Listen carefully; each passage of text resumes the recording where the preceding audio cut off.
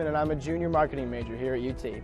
Today we're going to look at some of the highlights of our beautiful Riverside campus here in downtown Tampa. We'll start at Plan Hall.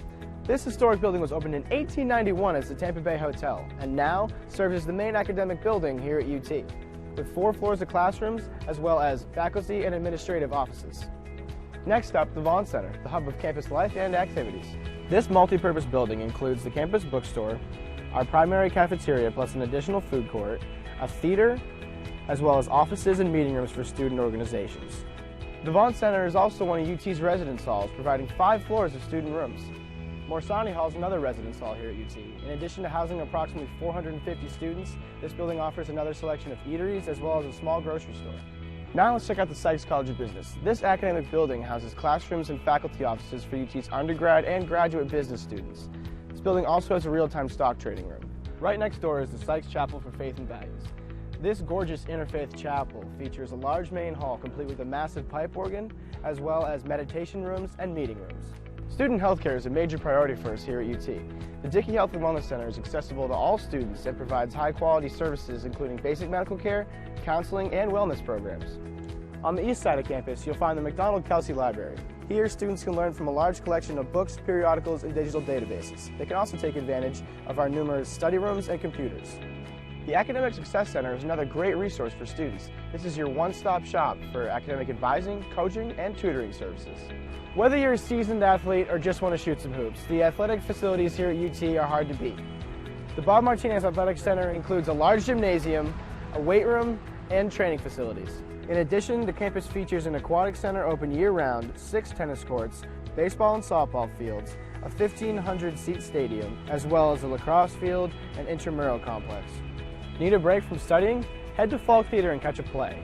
This 1,000-seat historic theater serves as a home for all major performances made by UT's Department of Speech, Theater and Dance, as well as special guests.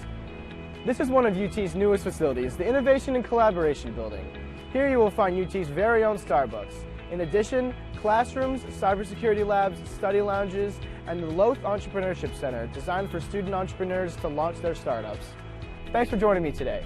If you enjoyed this video tour of UT, we'd love to give you one in person. For more information or to schedule a campus visit, go to ut.edu.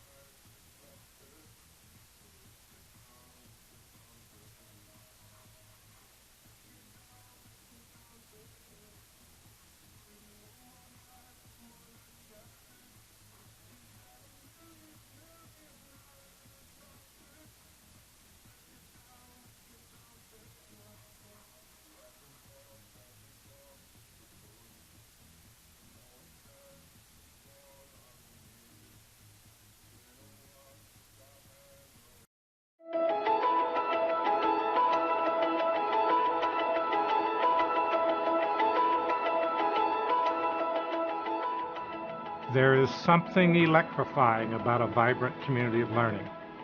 Providing new knowledge, reimagining teaching and learning, designing and reinventing the spaces where we learn, live, and work, attracting and inspiring the best students and faculty, engaging locally and globally. These are essential to creating tomorrow for UT and our world. A campaign causes us to state what we stand for. It propels us to envision the future and work diligently in new and exciting ways. It inspires supporters to believe in the long-term value of campaign priorities. It impacts the world we inhabit today while we're creating tomorrow. We are deeply grateful that so many of you stand with us. Together, we are developing UT as a model metropolitan community of learning. We are pleased you enjoy the satisfaction of investing in the lives of students. Your heartfelt commitment makes for an electrifying connection among all of us. Creating Tomorrow has been a campaign committed to advancing UT's mission and vision for the future. Our focus, the people, places, and purpose of the university, has transformed the UT educational experience and created a legacy of excellence. We are where we are today, one of the most exciting times in UT history, because you accepted our challenge. You have helped us transform UT from a local treasure with potential to a prominent national figure on the educational scene. On behalf of our campaign leadership team, we thank you for making so much possible. Because you care, because you believe, UT's future possibilities are unlimited. At the heart of our university are its people, our students, faculty, and staff who come from around the world and from different backgrounds to share a singular experience. Our primary concern is making UT accessible to deserving students, and then ensuring their academic progress, personal development, and career readiness. Your support ensures that a UT education remains within reach to exceptional students from across a wide economic spectrum. Currently, 92% of UT's almost 9,000 students receive financial assistance. The Creating Tomorrow campaign is committed to increase student financial aid and academic program development. UT's strong experiential learning program is nationally recognized for the variety and number of experiences that shape our students' lives.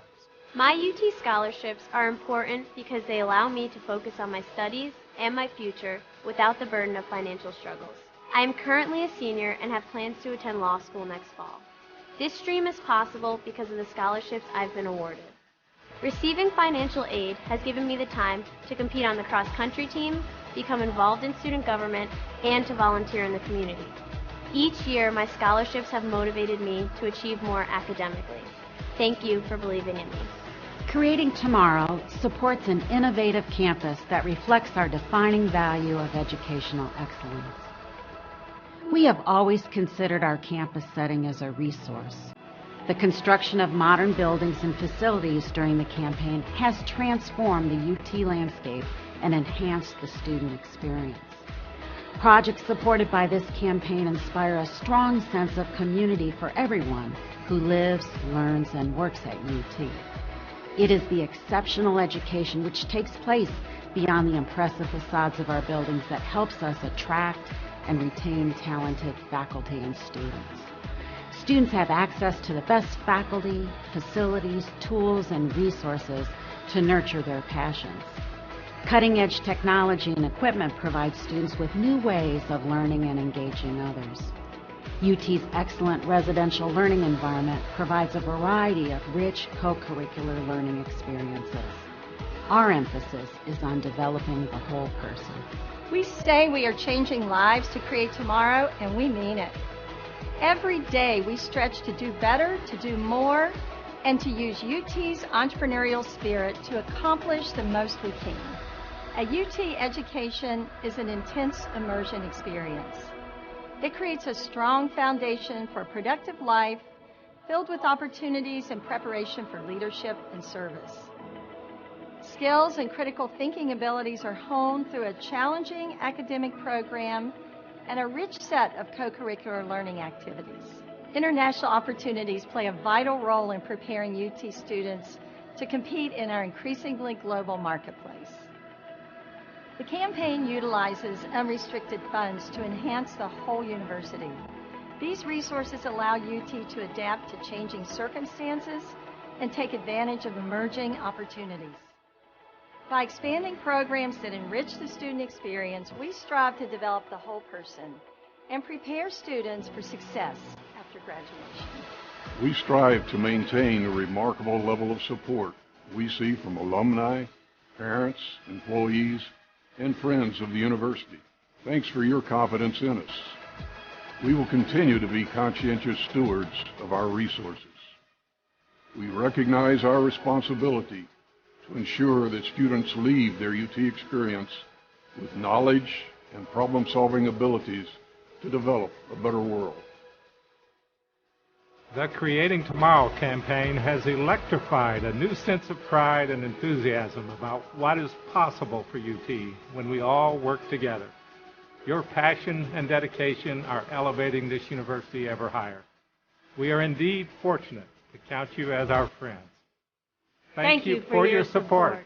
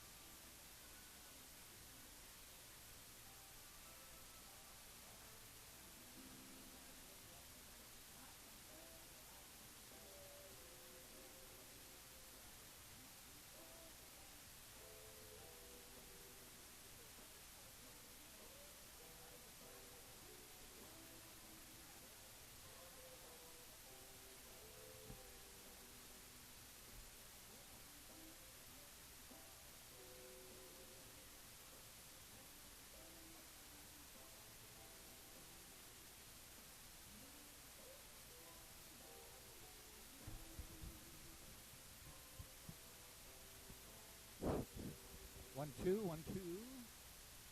1, 2, 3, 4. 1, 2.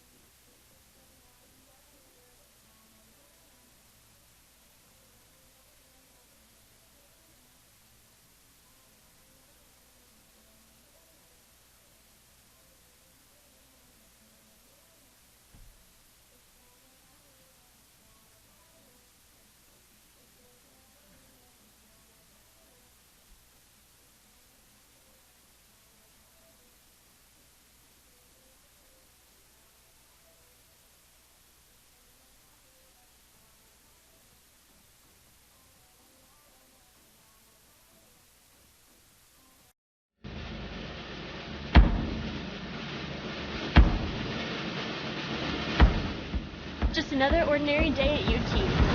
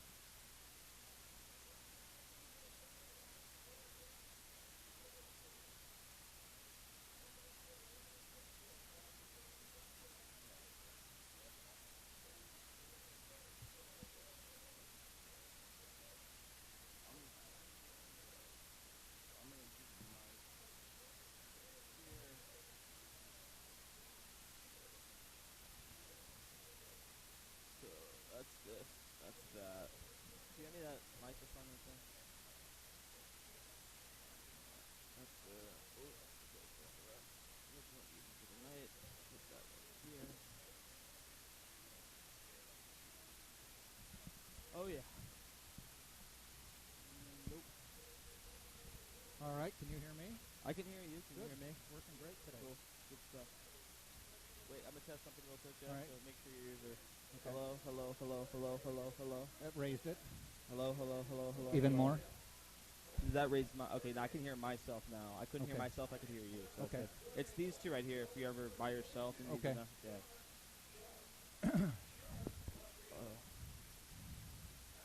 Aiken. And just make sure that that audio is down the far right one. Yeah, it's all the way up. Okay. Yep.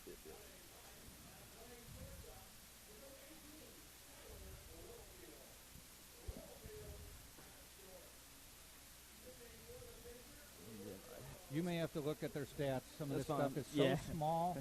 Dude, I get you. When I do basketball, they have us at the top row of the bleachers. They used to be on court side, so I had nice light. Sure. Now they have at the top. I have to bring a flashlight now. No, you're good. To read the other team's stats. You're fine.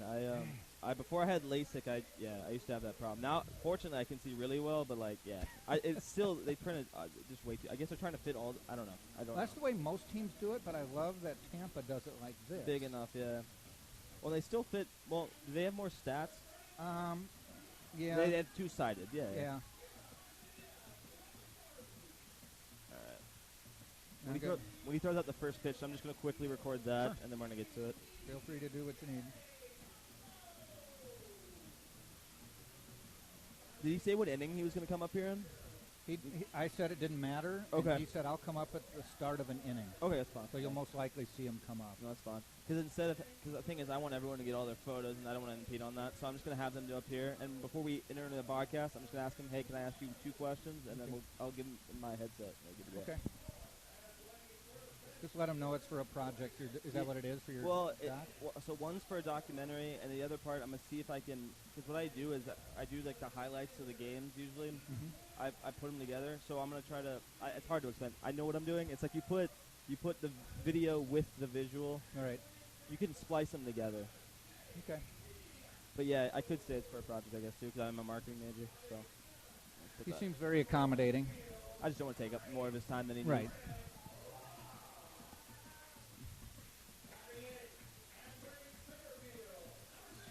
The thing is, I wish we could use this for that. Problem is, that's not strong enough to hold this. Oh. And the thing is, this, I already tested it. Gets the lines to the foul pole at least. It's just Right. It's just wider. Right. You would think this being open would make it less hot. Yeah, if the breeze doesn't come in, though, it doesn't matter. I mean, there's That's a true. slight breeze. It's not terrible. This is true. It's going to get cooler. It's supposed to be actually cool tomorrow. Is like it? 65 for the high again. Good stuff. Is that a backwards Puerto Rico hat? It is. Wow. I never the baby blue hat. Oh, okay.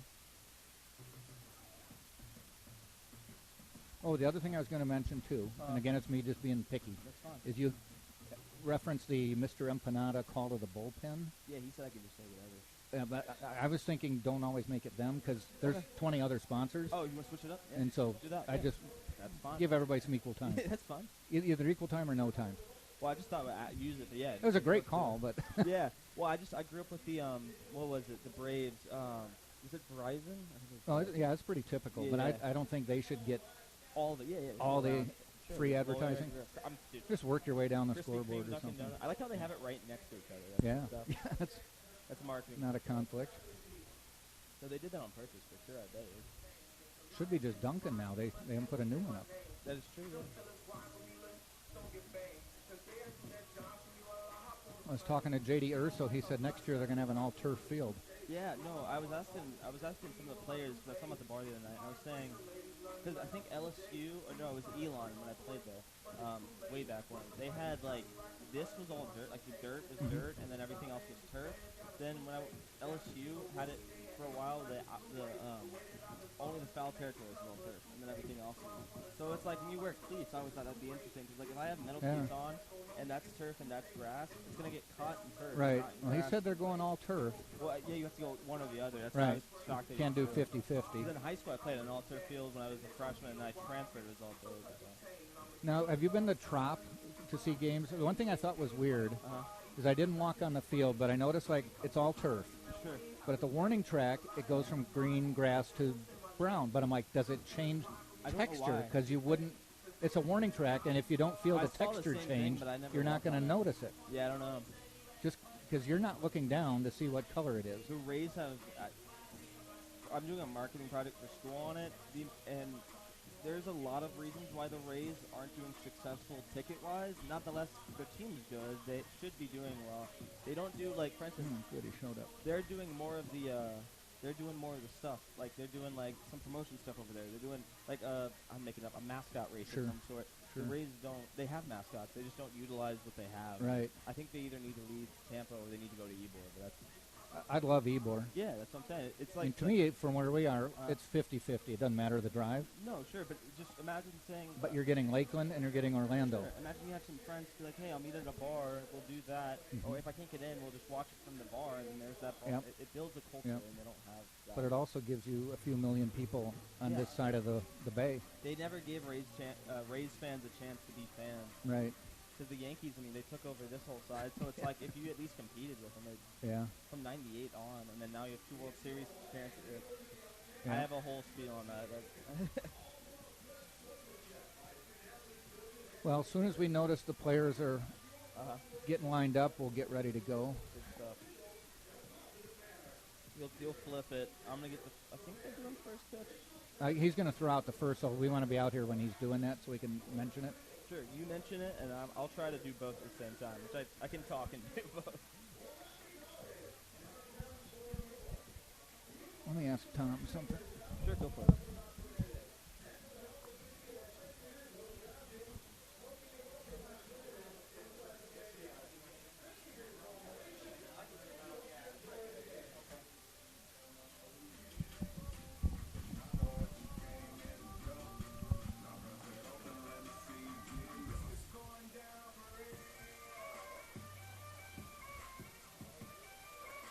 So you're on your own tomorrow, or you had a sidekick.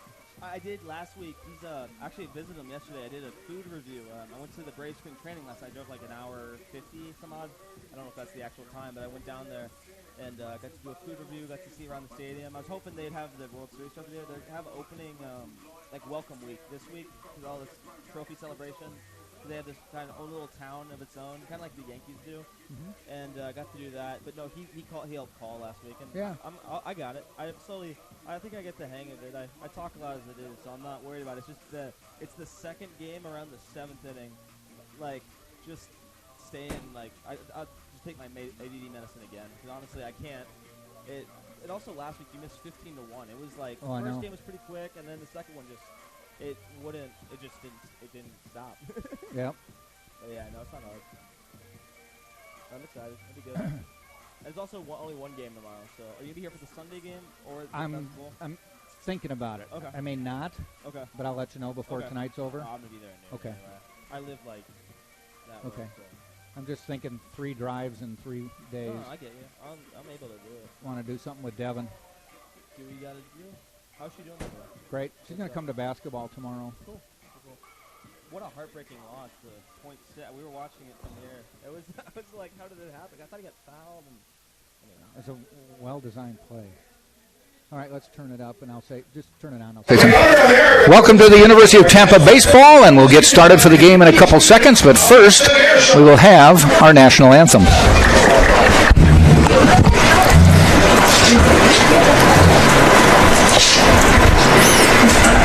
Oh, say, can you see by the dawn's early light what so proudly we hailed at the twilight's last gleaming, whose broad stripes and bright stars through the perilous fight o'er the ramparts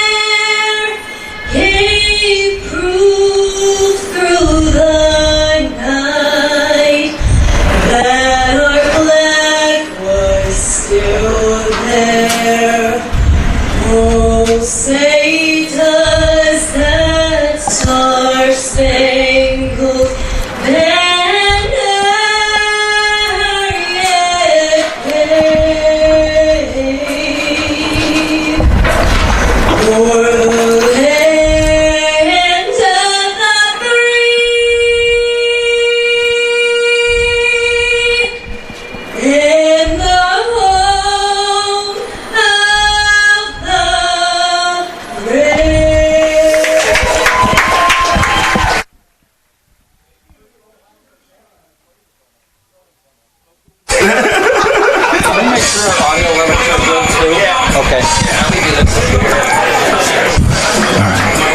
All right, welcome back to the University of Tampa baseball as the Tampa Spartans, #1 ranked in the nation, get ready to take on South Carolina Aiken, a 3-game weekend series, starting with a single game today, a game tomorrow, and a game Sunday. Coming out to throw out the first pitch is a man who's very familiar with this program, Tampa Bay Ray Kevin Kiermaier, who works out with his team every year as he gets ready for the Major League Baseball season.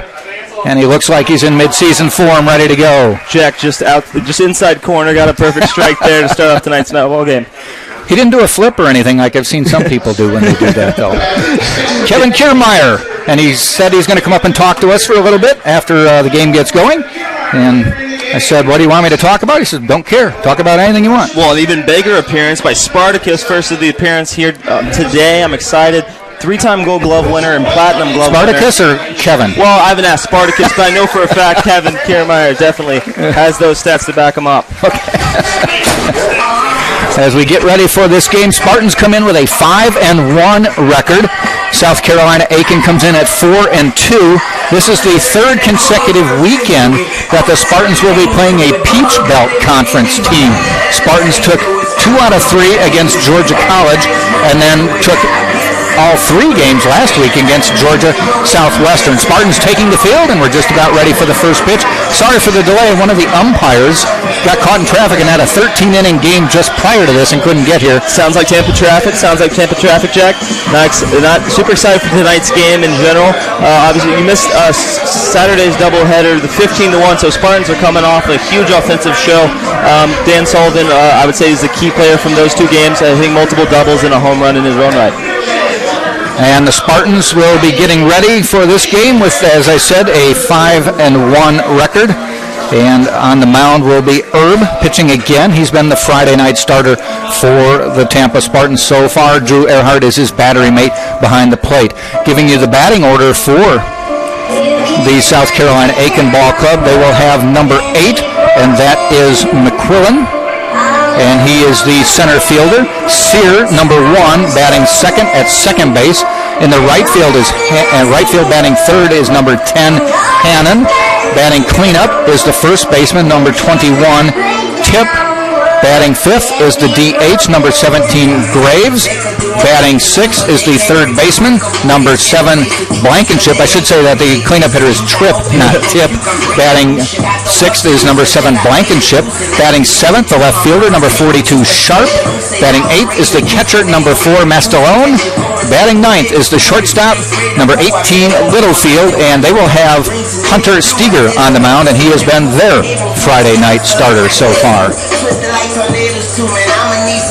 Spartans with a 3-game sweep of Georgia Southwestern. Again, all Peach Belt Conference teams early in the season for Tampa. And the good thing about that is they're regional games if you can dominate them, and so far the Spartans have. Jack Ike along with Tate Gebhardt as we get ready for this game. I'm excited. It's the first time I've seen this packed of a house in a long time. Obviously, we had a COVID season in between, obviously packed houses. I mean, it was pretty packed this Saturday, but obviously with Kevin Kiermaier being in attendance, Spartacus, number 1 team in the nation, we're looking forward to a good one here tonight, Jack. We hope that the PA isn't too overpowering as we start. We can't really tell. We can hear each other, but we get ready to go and start this game. They don't have any common opponents yet, but one thing that South Carolina Aiken has done is played Florida Southern. They've already played a Sunshine State Conference opponent and took 1 of 3 games. The first pitch from Herb. Looked very similar to the first pitch from Kiermaier, actually, on the outside corner, 0-1. Now, I know we've had 2 games since then, but when Herb pitched last Friday, fantastic. 2 walks to start the game. Yeah. Hit a batter, loaded the bases up before they started. Yeah. Then he struck out the side. Sure, yeah, no, he came back after the first inning. Yeah. I actually completely forgot about that. Yeah. He dominated so well, I forgot about the first inning stuff. Pacer. So Pacers, I have to ask you this, Jack. If these 2 teams had mascots and they both fought, who would win, a Spartan or a Pacer? Or a Pacer. I'd pick a Spartan. You think a Spartan? Yeah. Horses can kick pretty hard, Jack. That's true. But also you can hide from a horse, so. That is also true. You can jump on him. Swing and a miss. Herb bringing some heat early. Living on that outside corner early. It seems to be working out. 2 strikes so far. Spartans, as I said last weekend, 8-2 winners on Friday, 6-0 on Saturday first game, and then a 15-1 game that you had to sit through. I had to sit through, and obviously I enjoyed it as a Spartan myself. 15 runs, a bunch of different ways they've scored those runs. I honestly can't remember some of them, but I remember for sure Sullivan turned on one and just went. If that netting was not there, would have been in a Salsa Rico bowl somewhere over there where the students are sitting. Now, if I'm remembering correctly, you now have to do 2 miles at this point, or just one? 1 mile. So it's every home run. It's not home game. Run. Now, if it's a grand slam, that's the only time I'll ever count the runs. Come on, don't do total bases. Oh, I would be running from here to California, Jack. What Tate has said is at the end of the season, he will add up all home runs hit while he's broadcasting and run a mile for each one. Yep, and last year, I think, if I remember correctly, I looked up somewhere around 20. So that was total. Total. That's what I'm saying. I didn't see the home totals. Figure half. So you got about a 10 mile. Still got some. You got a half marathon. For someone who hasn't run in about 3 years, it's going to be a lot. Ground ball going out to second. Winkelmeyer to Sullivan. 1 up, 1 down. Good way to start this game. Nice job by Winkelmeyer.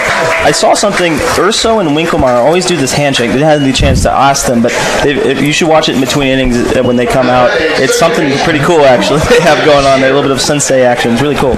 Spartans have Earhart behind the plate with Herb on the mound. We have Sullivan at first, Winkelmeyer second, Lyons at third, and J.D. Urso is the shortstop.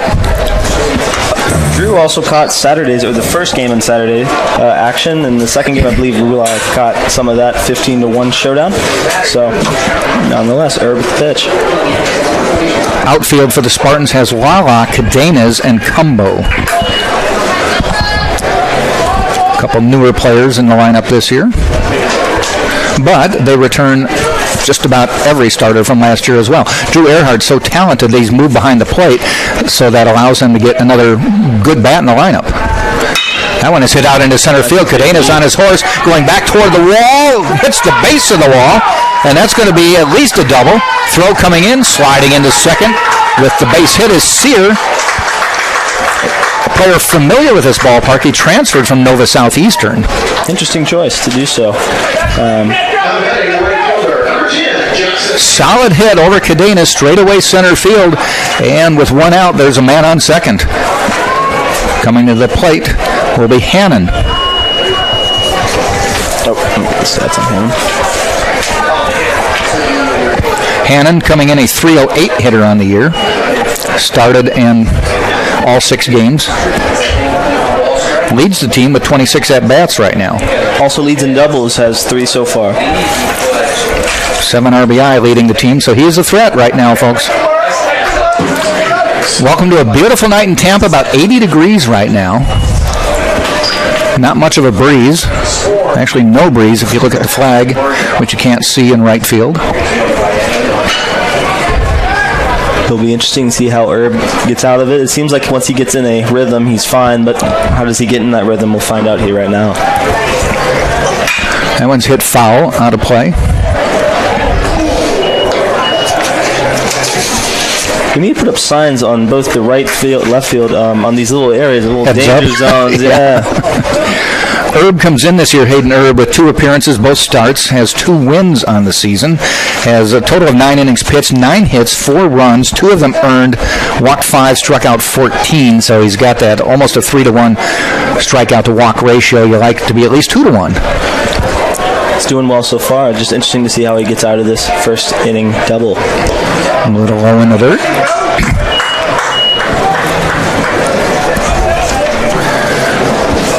Interesting note of contrast is South Carolina Aiken comes in with a 245 team batting average, and the Spartans come in and they have a 321 team batting average, 70-point difference.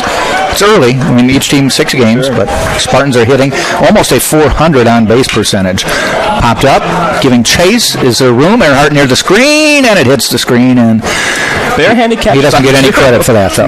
Not at all. Still interesting choice to go with the bare hand. One stat that did interest me when I was looking at both these teams, double plays turned. I saw that. They have 9 so far in a 6-game season. Yeah. It's interesting. And I think have only been turned once.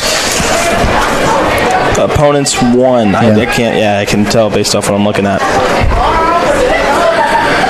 And they 2-2. I do also want to mention they've picked off a combined 3 people so far this year. So they're conscious of base runners. Looks something to look for. 2-2 count to Hannon.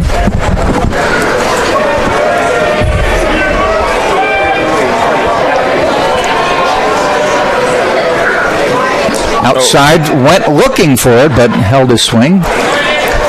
Tough angle for the umpire to see. Yeah, he's straight on, We did start a little late tonight, as we mentioned. One of the umpires had a game that went overtime. Now, do we know if he gets paid overtime, Jack? No, you don't. I guess we should be correct and say extra innings. Sure, indeed. 3 balls, 2 strikes. Sear on second, the pitch. Up the middle, caught by Urso.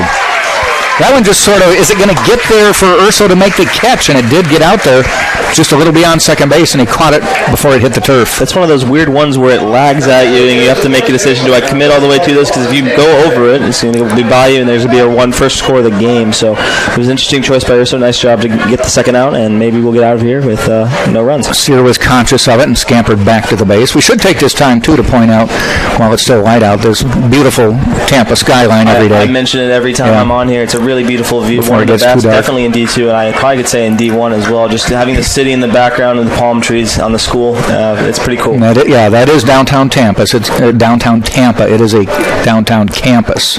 Indeed, yeah.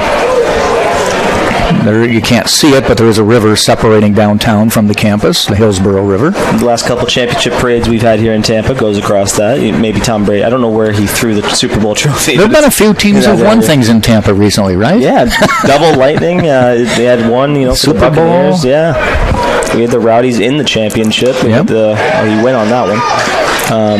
I believe the Tarpons actually were in their own championship as well. They don't believe they ended up winning, but they were in the low A. The Yankees? Yeah. Yep. But yeah, Tampa Bay still alive and well. Yeah. 1-1. This is Tripp, the first baseman. 294 on the year. That one gets away. Sear will hustle down to third, and now he's 90 feet away from scoring. Is that a wild pitch or a pass ball? Wild pitch. Okay. I go wild. Your vote? My vote, I would say it's a wild pitch. Just barely got off the ruse. If it was more in his glove and he, went by him, I would say. It sounded like they were asking for opinions from the Peanut Gallery. I didn't know if they were asking from our end. I think that was definitely a wild pitch. As much as a pitch, I would rather give it a pass ball. I know that's a wild pitch. I've thrown a few. 2-1 on the way. 3-1. It's always interesting when you're number one in the nation. How will teams respond? Will they come out a little timid, or will they come out, energized, hoping to knock off number one? We'll just see how they do that here tonight. 3-1 now. Some nice heat called strike. 3-2. Tripp was heading to first. They called him back. Tripp has 1 home run on the year. He has 2 doubles and 5 hits, obviously batting .294. So really interesting to see if he adds to his total right here right now. Now they might have a little pop. They have 5 home runs already in 6 games. Tampa has 3. 3-2 on the way. Swing and a miss. Huge pitch there by Herb. Spartans get out of the inning. Give up a second batter double to Sear, and he's stranded at third. We played a half an inning. The Spartans are coming to bat. No score right here on TampaSpartans.tv.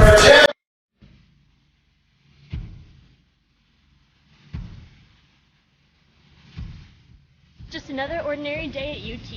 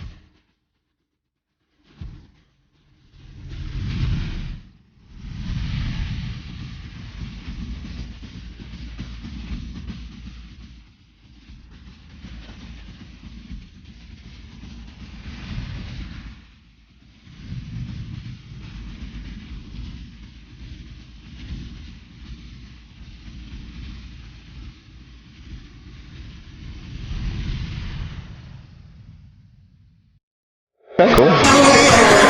No score as the Spartans come to bat. We'll set the lineup for you. For the Spartans, it'll be E.J. Cumbo leading off, and he is the right fielder. Drew Earhart, the catcher, batting second. Jamarcus Lyons, third base, batting third. Danny Sullivan, the first baseman, is cleanup. Glancy will be the fifth hitter, followed by J.D. Urso is sixth. Jordan Lala is batting seventh. Jose Cadenas batting eighth. He is the center fielder, and Nathan Winkelmeyer is batting ninth. He is the second baseman. On the mound for South Carolina Aikens will be Steger, and he comes in with no record so far this year, but this will be his second start of the year, and has pitched just 5 innings, gave up 4 runs, all of them earned. He's walked 1, struck out 5, has an ERA of 2.86 right now.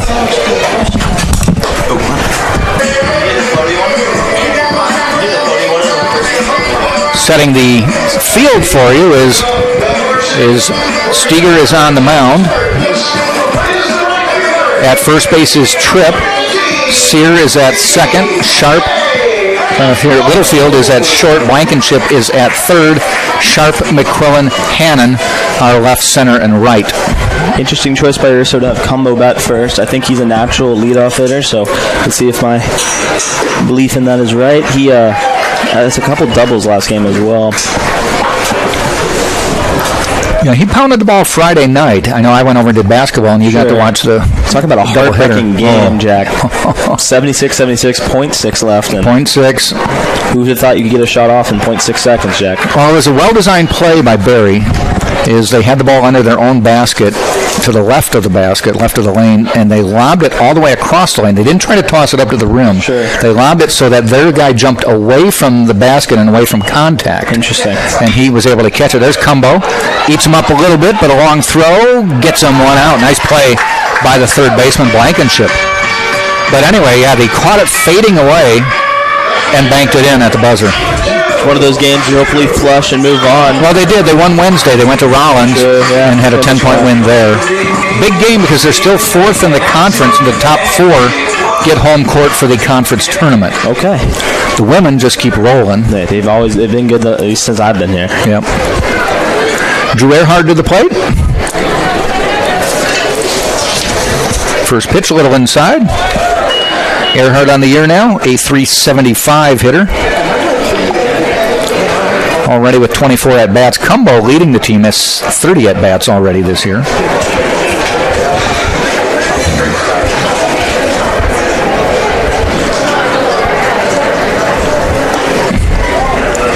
Interesting, they're pitching to Drew inside. I wonder if they're seeing something maybe in tapes. Now I don't know. Usually someone like Drew, I would think he would want something inside to pull, but nonetheless, that's how they're setting him up right now.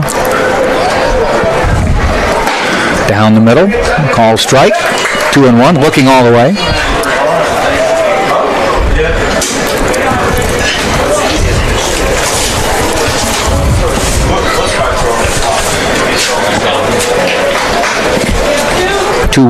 Hit out into right field. Barely moving is the right fielder Hannon. Finally just moved a couple steps to his right and makes the catch. Well, it looks like the Spartans have their eye on the ball. It's just hitting right at both the third baseman and the right fielder for South Aiken. Now, last week started a game at 6 o'clock. This is just a few minutes later, but no clouds in the sky, and the lights had not taken over the ballpark by that time. Some beautiful Friday night baseball. Now we have a cloudy sky, so the lights have bathed the ballpark. Jamarcus Lyons at the plate for Tampa. Just outside, Lyons comes in with a .263 average on the year. I always like it once we get a couple series in because they have legitimate batting averages. Indeed. Down the line and foul into the bullpen. We'll have to tell you, with our camera setup, we have just limited room here in the press box, so our camera is stationary. So we're as close as we can from line to line, but you will lose the ball if it goes down the left or right field line. We won't move it to show you anything. We just can't. So trust us. trust her voice. Follow it. The pitch. Whoa! Interesting motion there by Steger, how he pitches. It's almost like, I don't want to say over the top, but almost an interesting 3/4 motion. And also, you said bullpen. We were mentioning this last week with Pete wanting to call an arm barn. What's your vote in the matter? 2-1. Fouled back. Both sound good to me, nonetheless. Yes. Sullivan up. Oh, Danny Sullivan retrieving that ball. Those are the other duties as assigned for a college player. In the pros, you don't do that. You have someone who looks like me with no name on the back of the jersey and not there to grab a ball. We just say BB or sure. 88 or if you watch Savannah Bananas game, which I don't know if you watched that, they actually have a guy dressed up as Batman. They're not there, so Bat nice. Boy is there. It's a kid in the Batman costume. It's pretty funny. I enjoy it. But 3-2 count with two outs, I should say. Swing and a miss ends the inning. So we've come through with a scoreless first inning. At the end of one, no score between Tampa and South Carolina Aiken right here on TampaSpartans.tv.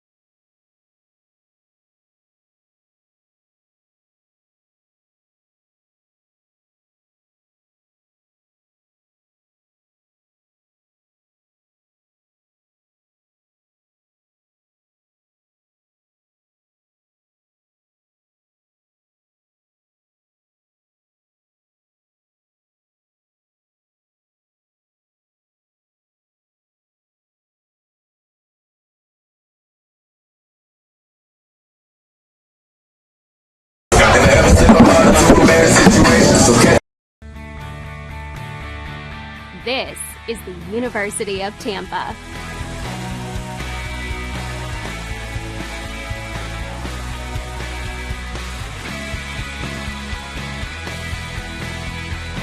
Explore your... Oh, yeah. I'm not going to ask you that. Top of the second inning we go.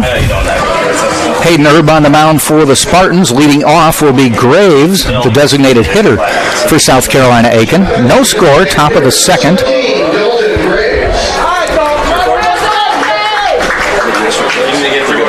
Erb, even though he's a starter, is in the stretch all the time. Just some pitchers more comfortable with that. First pitch called a strike. We're here with Kevin Kiermaier to enjoy some Tampa baseball. I only have two questions for you. You're a three-time Gold Glove winner. Erb in the stretch. You had the entire next generation of baseball in front of you. What's something you would tell them? Swing and a miss. Big swing by Graves. That's a good question. It's hard to pick out one thing. You know what? I'm one of those guys play hard and good things will happen. It's a lot easier said than done. That's what has helped. No balls, two strikes. I just feel like I might not be the best player on the field, but I feel like I put out more. Goes outside, 1-2. Just wanted to see if Graves would bite. On deck is Blankenship, followed by Sharp. Awesome. You're a three-time Gold Glove winner. I would give yourself a little more credit than that. I do want to say there's been a lot of Major League players like yourself coming to the University of Tampa. We've seen Nolan Arenado actually stop on the field, Marcus Stroman, and of course... Ball way outside, 2-2 now. So I have to ask, what attracts you to an organization like the University of Tampa? To be honest, I was just recommended by a former teammate, Brandon Gomes, who's now the GM for the Dodgers.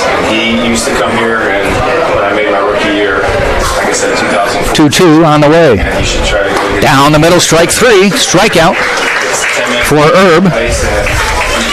Second strikeout of the game. Very beneficial, so I came and did it all immediately.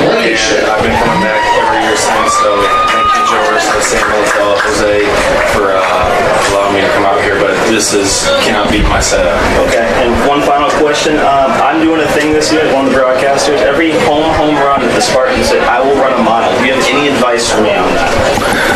so these ones can hit. Thank you. Just remind me now. Fouled back. Blankenship at the plate. There you go.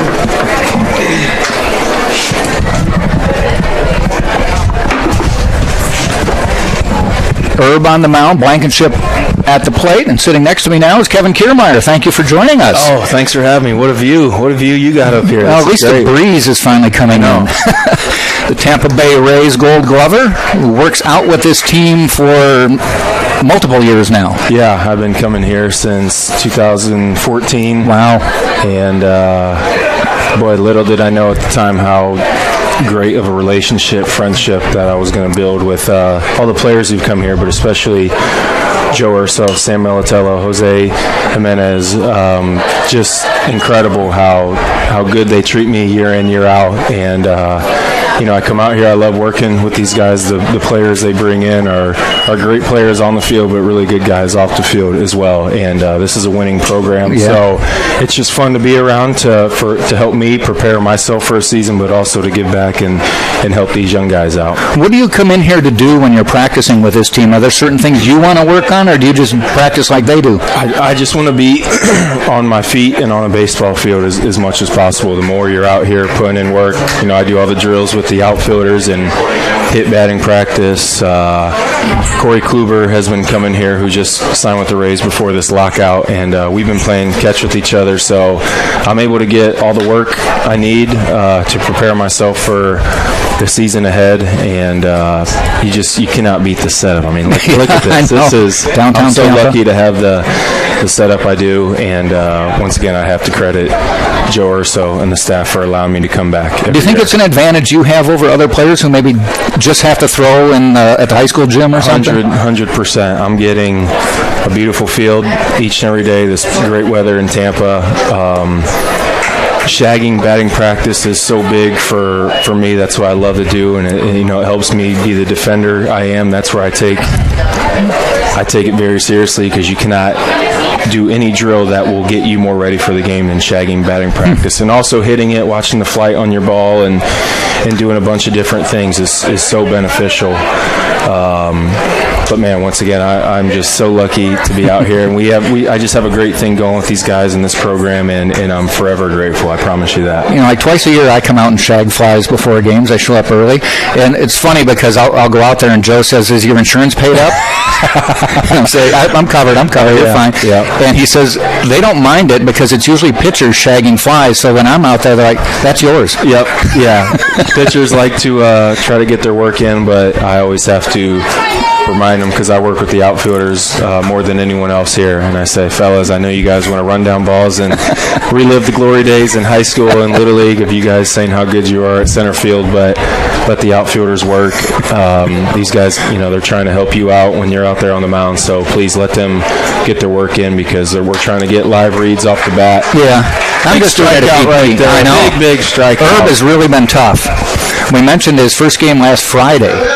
I don't know if this is the start you want, but he walked the first two batters, hit the third batter, and then struck out the side. Oh, wow. Well, not quite how you draw it up, but if you had the ability to get out innings like that, that's what the best pitchers in the game do. So, just got one more. The way you draw it up, but you gotta, if your back's against the wall, you like to see how teammates respond. And glad he got out of that one. Just one more thing. You said nothing was really off limits. So, what is the status, and what do you think is going to happen in the next few weeks for Major League Baseball? I'm not sure. Everyone who asked me that question this whole offseason, I say, I promise when I say this, when you know is just as much as me, Sure. It's the truth. We get some emails that'll recap, meetings, but up until this point right now, there hasn't been a whole lot of traction. But I saw today that both sides they're meeting tomorrow and also agreeing to possibly meet every day next week. So Nice. At least the effort seems to be there from both sides, and hopefully we can get something worked out. I'm ready. I think I'm speaking for a lot of other guys out there. We want to play, and hope all this will get settled. But I always tell people as well, this reminds you, baseball is such a great game, even at the major league level, best of the best, but it's a business as well. If the business side of things don't happen, then the game doesn't happen, unfortunately.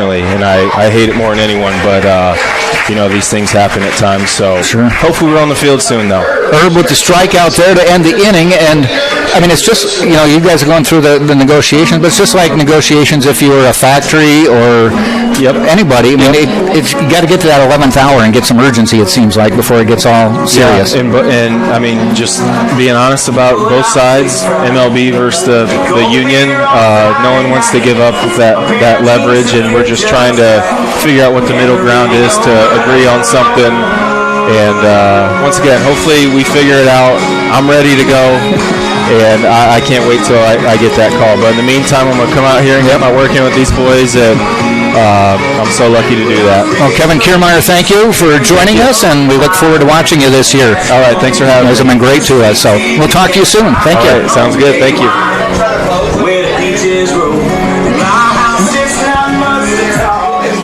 Thank you. Appreciate it. Yeah. You're the most popular guy in the ballpark.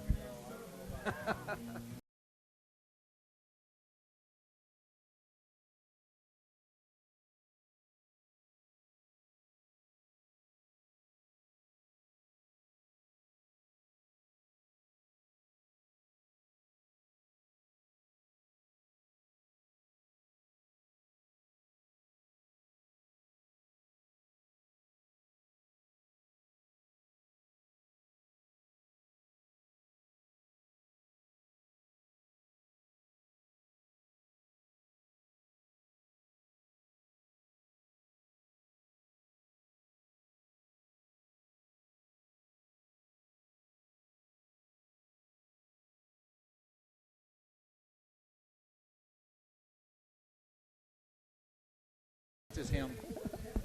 Oh, we're back. Go ahead and turn us up again. So special thanks to KK Kevin Kiermaier for coming up and talking to us, and he's just a fixture here when the Spartans get ready to start the season. And he, as he mentioned, just uses this to get ready for Major League Baseball. Yeah, really nice guy. I got to ask him a few questions for this documentary I'm doing, and he actually signed something for my cousin Cody, who couldn't be here tonight, has a football game. So super nice of him, and love to see him at the ballpark. Everyone apparently showed out for him. We may have, I didn't want to say to him, but we may have more people than the Rays, honestly, folks. We have a lot of people here in attendance tonight. Yeah. Dan Sullivan at the plate for the Spartans. Bottom of the second, no score. Sullivan's popped a couple out of the ballpark so far this year. Looks at that one outside. Talked to him to the bar Saturday night after you told him, I'm like, you just cost me a mile. Please just look, hit some triples off the wall if you need to. Just nonetheless, let's see if Sullivan can do something with this right here. 2-0. Swing and a miss. Did not have a take sign on there, but a little off-speed pitch by Steger.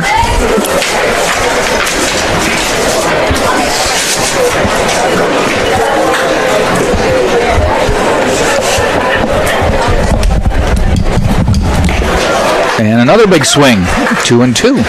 Luke Glancy on deck for Tampa.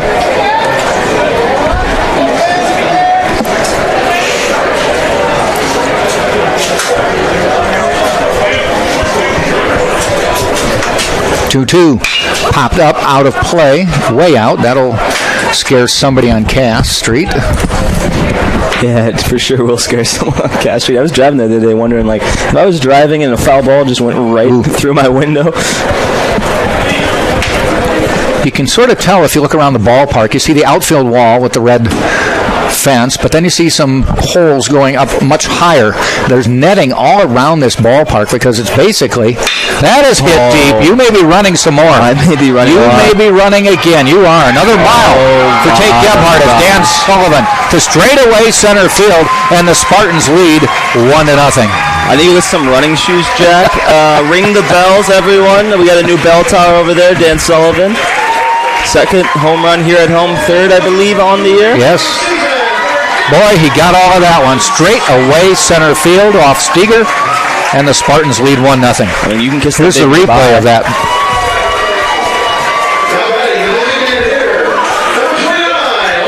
Maybe not. Okay. It went out. It went out, and it went out a mile. I mean, that was to dead center, and that was not close to being out. That was, I believe dead center is 390 here. Oh, that at least had to go 410 without that bird cage being there. Glancy, ground ball. Sear, and the out. But Tate, you mentioned that you thought Dan Sullivan might have an eye for Steger. Well, he did. Yeah, and I mean, honestly, I told him not to any more home runs. He got me nice enough man to buy me a Corona, and super nice guy. Had a long talk with him, and actually never got the chance to actually meet him. So really cool to meet Sullivan, but he's got some major pop, and we just saw it right there. J.D. Urso to the plate.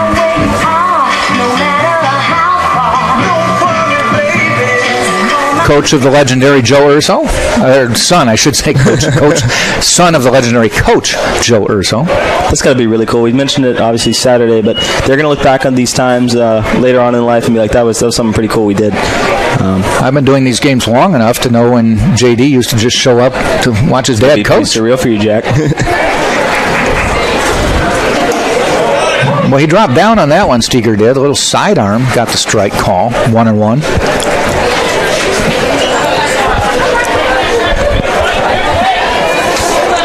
I would like to say Kevin Kiermaier may have predicted that home run before. One of the questions I asked him for the documentary is, do you have any advice for me when I run my miles at the end of the season? Because be careful, these boys can hit. Yeah. Man, can First they. batter after that. Hits a home run. J.D. Urso coming in 471 on the year.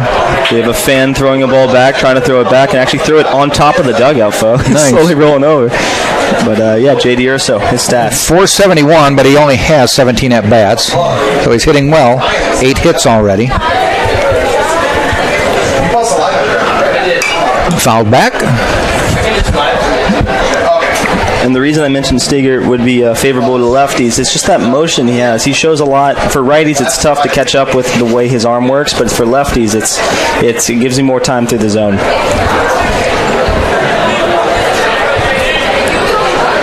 One ball, 2 strikes.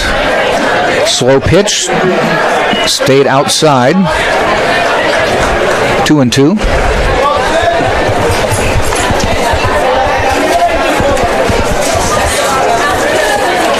Game time tomorrow, 3 o'clock, as it's only a single game. And then Sunday, it's noon. And he goes swinging at that one, 2 down. Well, Jack, you'll be calling basketball tomorrow. I will definitely be here for the Saturday game and Sunday game. You may be joining us also for Sunday, waiting to see on that. Now, you did doubleheader last week. We've both done doubleheaders. Yes. Do you prefer, and now you live close. Yeah. I don't. Indeed. Do you prefer Saturday, Sunday, or would you rather get it done Saturday? It depends on the games. The 15-1 second game made it interesting for us at the end because we also had a friend of mine on there to talk, so it was fun. I enjoyed it. I enjoy doubleheader. More baseball is better for me. Anything more than one is better than one to me. So I don't know. I like one game, but more baseball to me is always more baseball, and I like baseball. So okay. Jordan Lala at the plate. Left fielder made a couple big catches last Friday night. Robbed a home run. Probably. A grand slam. News of the week. Some kids who've never heard of the game of baseball talking in the class. Have you heard about that kid who hit the home run? I was like, yeah, I got the chance to actually call that. But yeah, it made its news around campus, and just amazing rob by Lala. Bases loaded, and he went over the fence in left field and took it back. And honestly, could have saved the series. Ended up being just a sac fly. Swing and a miss. Who knows what would happen if he doesn't rob that, though? Because in the time of it, at the time was 4-1. Yeah. So that would have been a tie game, and maybe the weekend goes the other way. But all Spartans, all last weekend. So looking to continue that here right now. It was a potential momentum changer, for sure. 1-2. Outside, 2-2.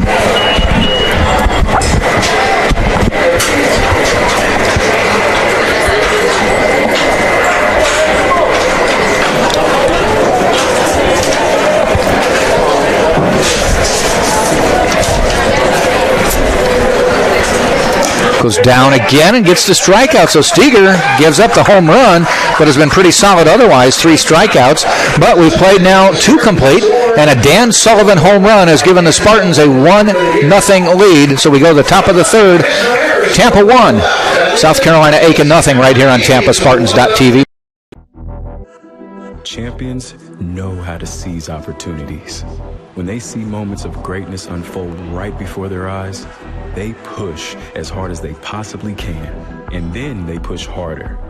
Because the heart of a champion never settles, never quits, and never stops giving its all. We are champions. We are Division II. We go big, we give it everything we've got, and we win. On the field, on our campuses, in our communities, for our causes, in our careers. We rise to become champions in everything we do. We are Division II, and there are no limits here. We make our time count. We set our own path. We become champions on our terms. It's time to up your game, because we're here to play and learn. But most importantly, we're here to discover ourselves, our vision, our heart, our drive, to achieve every goal we aim for, because we want to be champions at the highest level, life. At Division II, the opportunities are here. Are you ready?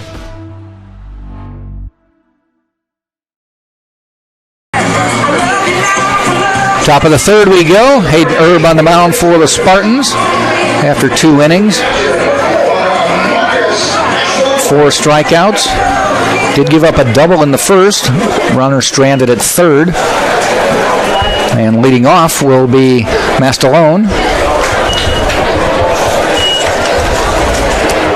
The catcher. Does not have a batting average this year and still may not. He does not. Grounds out to Jamarcus Lyons. 6-3. Brings the number 9 hitter to the plate, and that's Littlefield.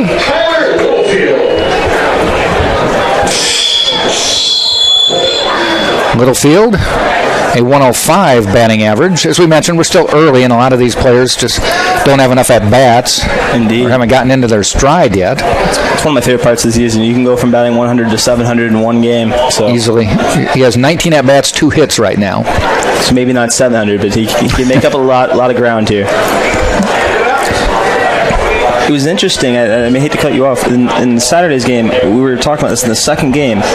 Spartans put 3 on the board without having a single hit. It was the first time I've ever seen more than 1 run scored without a single hit. Wow. It was interesting. Errors, walks? Walks, errors, hit by pitch, all the works. It was an interesting. I believe it was the first, yeah. He scored about every inning in that second game.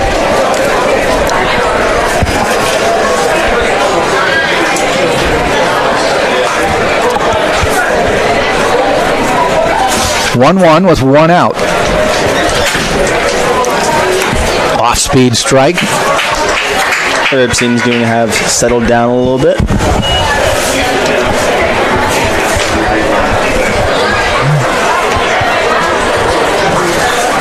Again, thanks to Kevin Kiermaier. I notice he's down to the left by the Spartan dugout, and people are taking advantage of photo ops he's allowing them.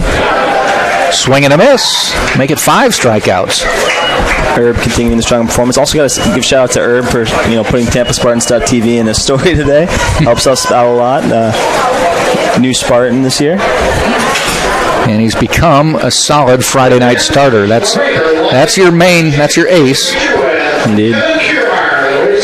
It's all college baseball right now. Obviously, we're talking about the lockout. Division I has started up as well. So 1 time through the batting order for Erb, 9 batters. He has 5 strikeouts. Gave up 1 hit. Now we're back to the top of the order, and it's McQuillan, who grounded out to start the day. I would say games like these are really important for the Spartans. If they could win this and maybe a new freshman or something sees a game, maybe they'll come out another Friday night. So we love the shout out to the marketing team for putting some of this stuff together. Really doing a great job here tonight.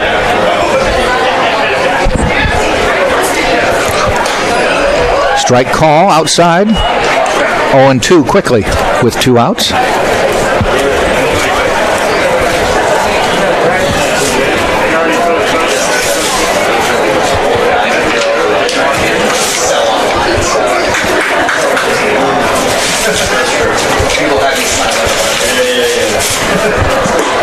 That looked good. Strike call.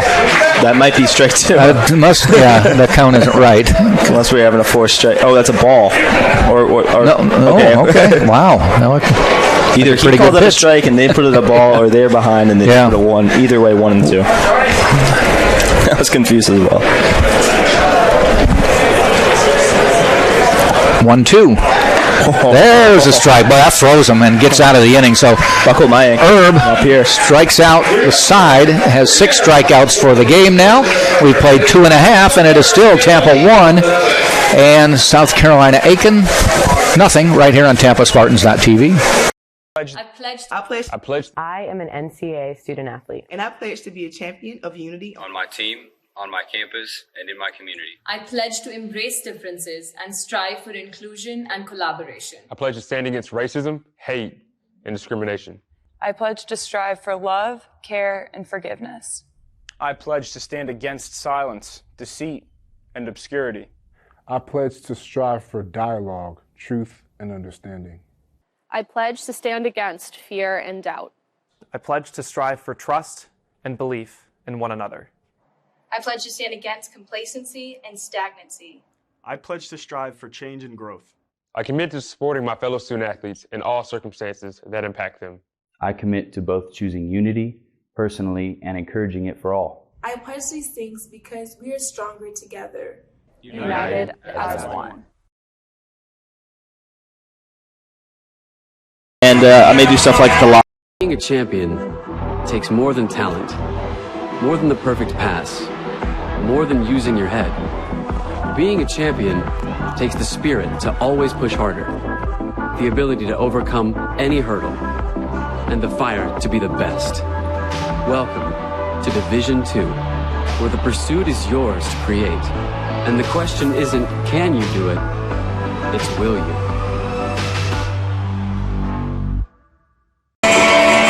8-9-1 for the Spartans here in the bottom of the third. That'll be Cadenas, Winkelmeyer, and Cumbo. Tampa leading 1-0 right now on the strength of a Dan Sullivan home run to straightaway center field to lead off the second.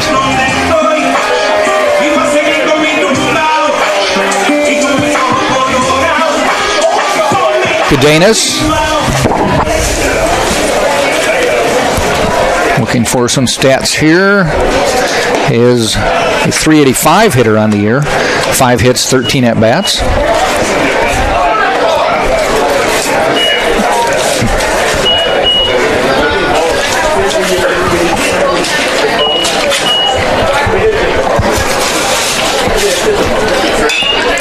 Ball right to the second baseman. Sear waits, makes the catch. One quick out will bring Winkelmeyer to the plate. Nicholas at a .214 batting average early, as we said. It's 3 hits, 14 at-bats this year. Does have a double and a run batted in.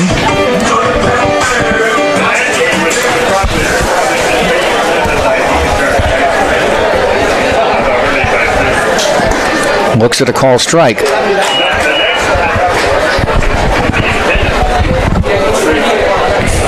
It'll be interesting to see how Winkelmeyer, as a lefty, takes this. I think he had his eye on that last one, but just didn't pull the trigger. Watches it way outside. 1-1. Steger almost like slings it like a rubber band. He does, doesn't he? Like, drops down. It's honestly impressive to me how he must push off his hips a lot more and how he gets motion on that. Looks at another one down the middle. 1-2.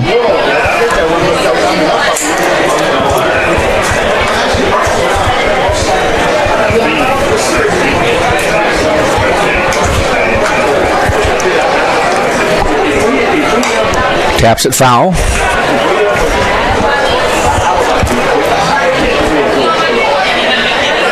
Well, I can say it's officially nighttime here in Tampa. Yep.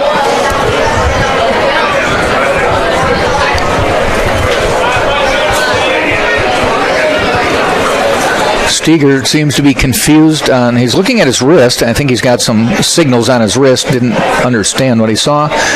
Looked at the dugout. They flashed something else, and he's ready to go. I wonder if all Peach State teams do that. I saw Georgia Southwestern use the same R-band stuff. Ground ball right back to Steger, and he lobs it over to first. 2 down. After this weekend's play, the Spartans will play Flagler on Tuesday. That is one more Peach Belt Conference team, but it's a single game, just playing them once. And they are the only Peach Belt Conference team in the state of Florida. Well, I feel safe to say I believe USC Aiken's the only one from South Carolina, being you are correct. Being Georgia. Yep. I think it's and Georgia and what would be next to them, Mississippi or Alabama? Alabama, yep. Mississippi would be Louisiana. Going too far. Louisiana, yeah. This is E.J. Cumbo. Grounded out to third. His first time up. And tries it again, but this one gets through for the base hit. You know the old saying, Jack, try again. Just hit them where they ain't. Exactly.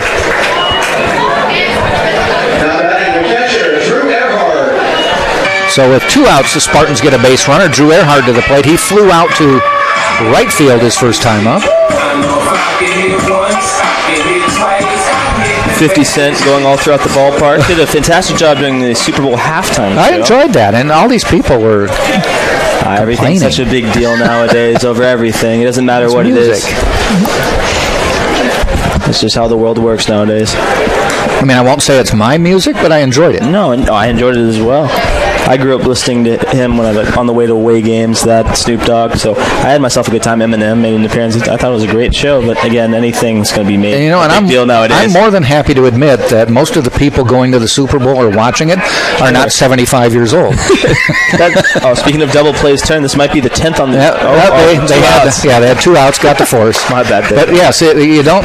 The Stones are great, but we need to cater to the right audience. I guess so. Nonetheless, I enjoyed it. So the Spartans do not score. We've played 3 full, 1-0. Tampa still on top on TampaSpartans.tv.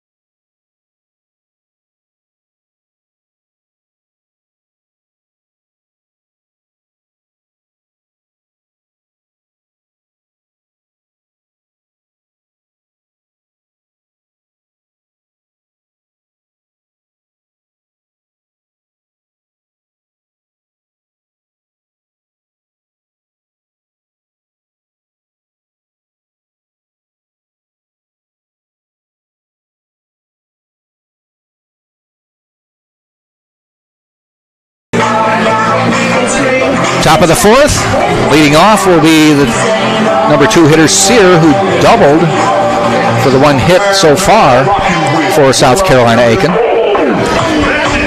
Hannon followed by Tripp. Now, can you name the song that's playing at the ballpark right now? I cannot. Do you know who's singing it? Britney Spears. Seriously? That's why they had to mute some of the words.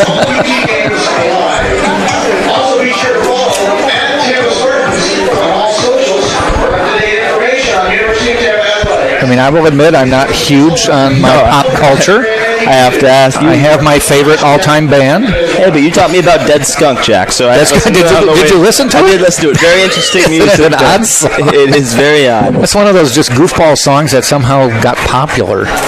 The name, I can see how. Nonetheless, it's just a gimmick song that got popular probably in, I don't know, the year early 70s. Well, it's 30 years before I was even thought of, so nonetheless interesting. I always like hearing new songs. Loudon Wainwright III.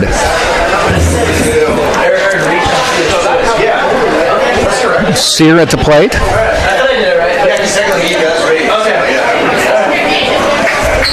Speaking of the Super Bowl, the Los Angeles Rams obviously winning that.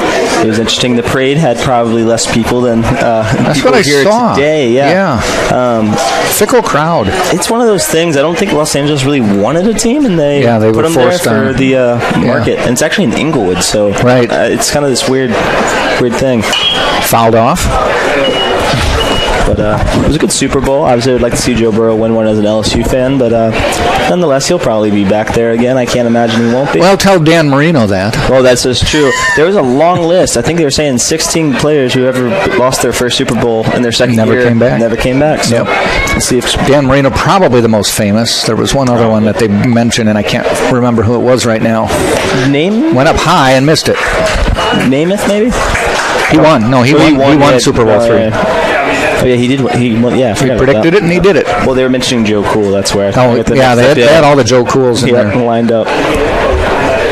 People were heard on the internet. They wanted Joe Flacco to be one of the mentioned ones. Well, he won a Super Bowl. Yeah, he did have his time in the sun for the Ravens. Yeah, that infamous Super Bowl game. Fly ball out to right center. Cadena's moving over, but so does Cumbo, and he makes the catch. I mean, that's just it. You don't have to be a great quarterback to win a Super Bowl. You have to be on a very good team. I mean, I'm a Chicago Bears fan. Sure. Jim McMahon was not a great quarterback. He was a leader. Your defense, I believe, that it was awesome. I was honestly alive to see it, but I was told past their defense was really, really good. Maybe the best ever. But to switch over to baseball, I wanted to mention the outfield the Spartans have. If you're a pitcher, you got to be pretty freaking confident. Yeah. You have these three in the outfield. Yep, nothing's getting by them. No. One might hit off the wall, but no one can really do much about that. Hannon at the plate now. Grounds out to Winkelmeyer at second. Takes a good hop, throws him out, 2 down. I like that from Winkelmeyer. It took his time, composed as a two-step.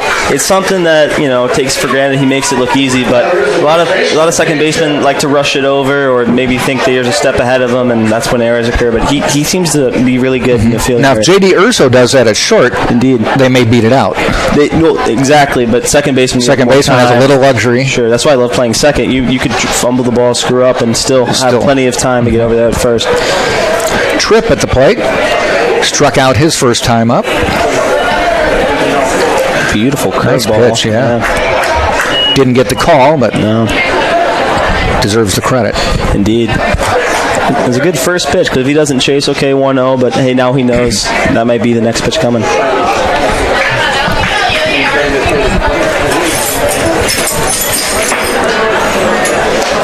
Throws high and hard inside and gets the swing and the miss.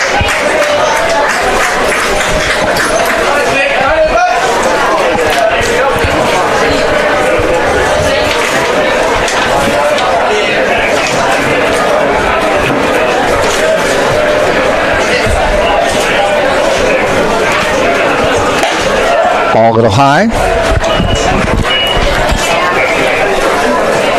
Another good pitch, just didn't chase after it.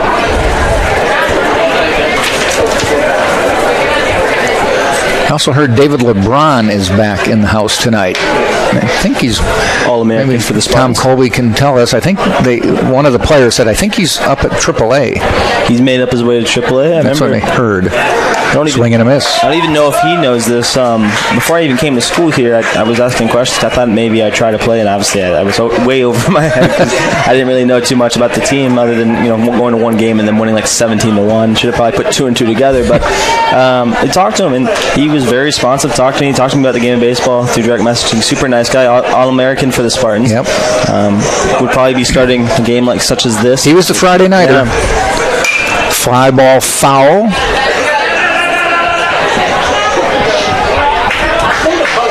Believes he's in the Orioles organization. That's what I think, correctly. I suppose we could have our intern check on that. We can totally get him to do that. Yeah, he's here tonight, I believe. I gave him a couple slices of pizza. That's all he needs. He works for food. Yeah. Like most college kids. 2-2 pitch with 2 out.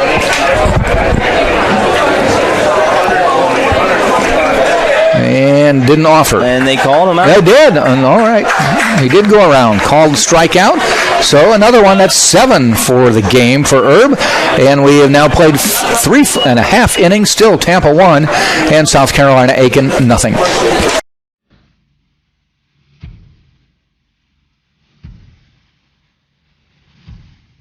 Just another ordinary day at UT.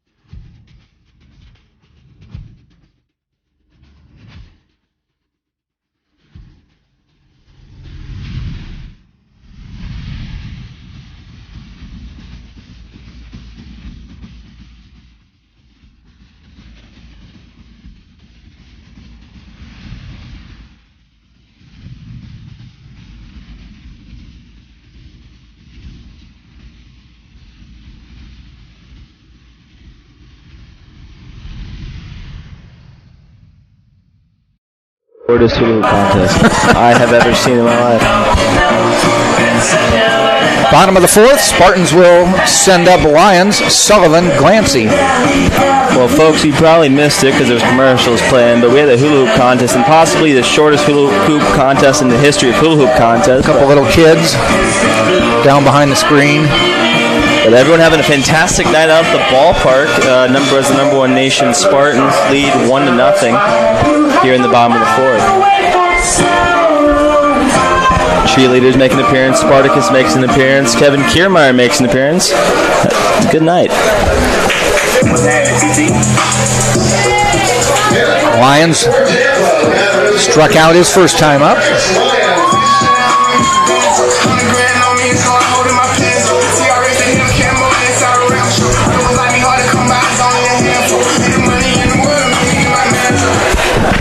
As well as Herb has pitched for Tampa. Steger's doing pretty well as well.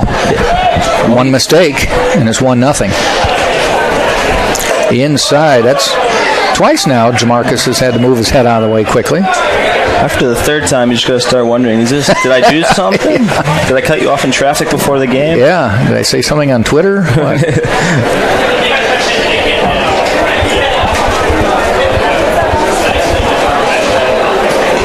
And he goes outside but gets the strike call. Well, speaking of Steger, he's actually pitched a really good game. That's kind of why I love the game of baseball. Like I mentioned last week, the Spartans scored 3 runs without even giving up or having a hit.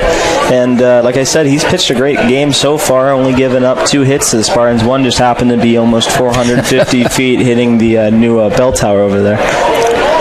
Ball a little bit inside, 2-1.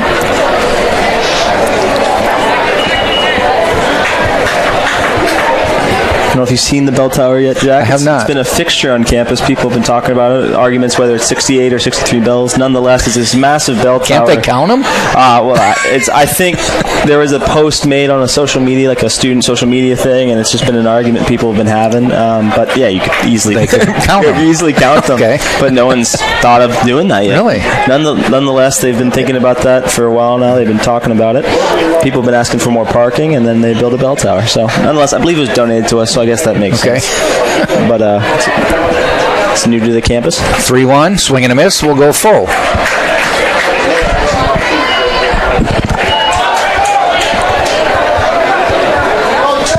I wonder what those cards say. I wonder if it's a scenario-to-scenario thing, but nonetheless checks it, and 3-2 pitch.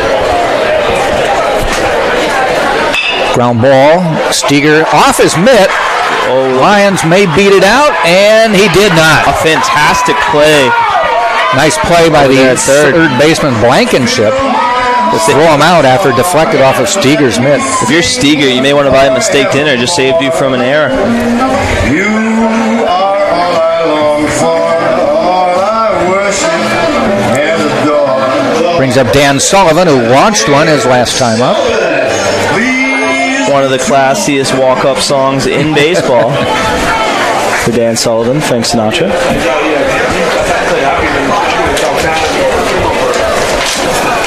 Ball high. We'll learn a lot about Steger right here. Obviously giving up the home run to Sullivan earlier on. See how he responds. So all the signs appear to be coming from the dugout, not being flashed in by the catcher. And sometimes it's a team thing, sometimes that's a trust thing. He's a Friday night pitcher, so I'd assume it has to be a team thing from the looks of it. Ground ball foul. Usually it's relayed from the coach to the catcher to the pitcher, but this time it seems to be going right from the dugout. And again, I can only speak from experience, and it's a high school level, but when I pitched, my coach trusted me enough. I was never through fast, but I could always locate, so I could call my own game. But sometimes they have the catcher call the game. I would think the catcher would want to know. I haven't seen the catcher look over. Check swing, probably a call strike, yes. But it'll be interesting to see as if they have someone come out of the bullpen here later tonight, if it's just a starter or what exactly they're trying to do. Maybe there's a setup thing, maybe they're looking at something. There's been a bunch of reasons why they have arm sleeves. I was trying to see if the catcher was looking over. It's like he needs to know what's coming as well. Well, we also have a third baseman and a shortstop with the same swing and a miss. So this time Sullivan goes down swinging. 2 down now. Indeed. But yeah, the shortstop and the third baseman have the QB armbands on, so maybe there's some setup stuff there. Brings Luke Clancy to the plate. One of the funniest guys on the Tampa Spartans team. I had the opportunity to talk to him during the UFC fight last Saturday. Really cool guy. Had a great single also in the second game of last week's doubleheader. Grounded to second his first time up. Strike call. Well, that umpire's definitely calling that outside corner here tonight. Either side of the plate, yeah, no matter who the batter is. Indeed. Staying consistent, which we like to see up here. Outside. Clancy going with the old school Vladimir Guerrero style of wearing no batting gloves. You don't hardly see that anymore.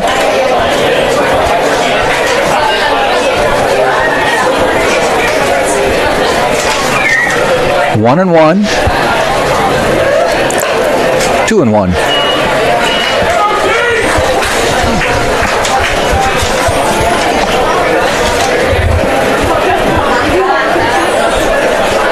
Got that ballpark smell here tonight. I'm smelling popcorn too. I'm smelling some popcorn. Might honestly in the 7th inning stretch go grab some.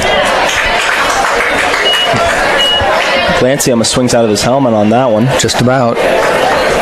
But yeah, we have the little thing we have in front of us open here tonight, so we smell a little bit of popcorn. I don't see any Cracker Jacks. I think that's lost on the newer generation of baseball. I remember that you see a little baseball card in the bottom of it back in my time. Your time? My time. You're making it sound like that was social media. So long ago. We'll talk about it after the break. But Spartans do not score. We've now played 4 full. Still 1-0 Tampa.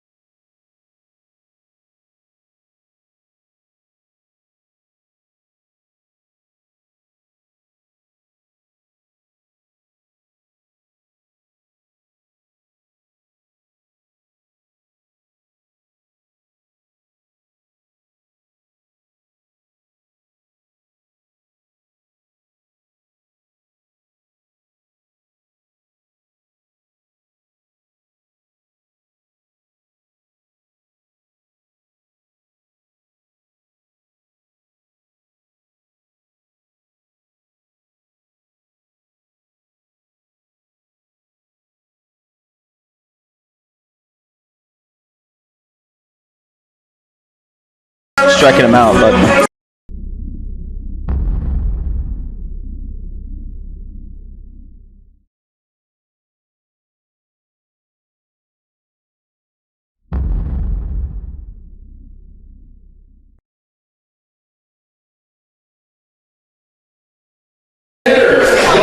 As we lead off the 5th inning, Dalton Graves coming to the plate. The DH struck out his first time up in the second.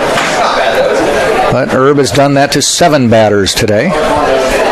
Graves came into tonight batting 200, had 3 runs scored, had 3 hits, no triples, no doubles, and I believe he has 1 home run in the year and 7 RBIs. So, well, making contact when he does. Yeah, when he does. Yeah, when he makes things happen. So far, Herb has struck out 7 out of 13 batters, so striking out more than 50% of the people who come to the plate. Those are some good numbers. And no walks, so yeah. He had about a 5-to-1 ratio coming into the game. It's up from there. It'll be interesting tomorrow if the stats are updated, what he has after that. I think he was 15-4 was he? Coming into the game. So he'd be 22-4. Make it 23-4. Yeah, he was 14-5. So now he has 8 strikeouts. So 22 and 5 walks.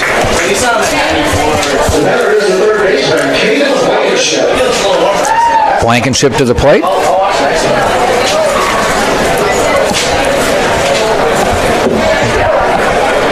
Also a strikeout victim in the second.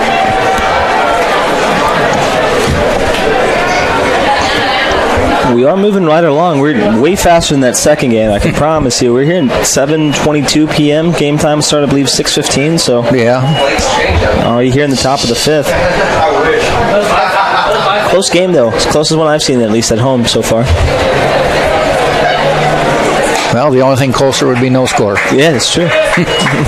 That's very true. I'm trying to think, the first 3 games, was pretty handled by the Spartans. Yeah. What do we have? 6-0, 8-2, 15-1? Yeah.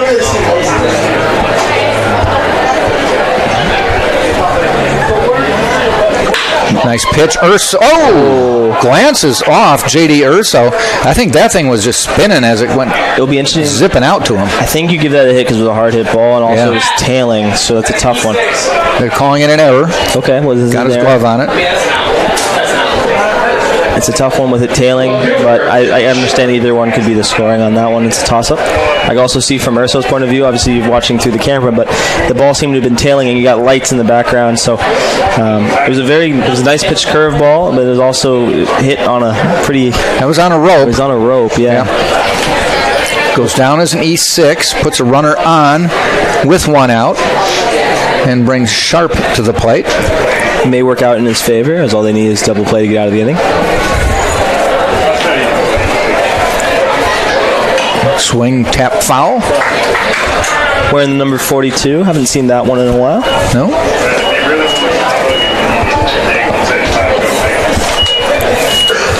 Sharp batting 259 on the year.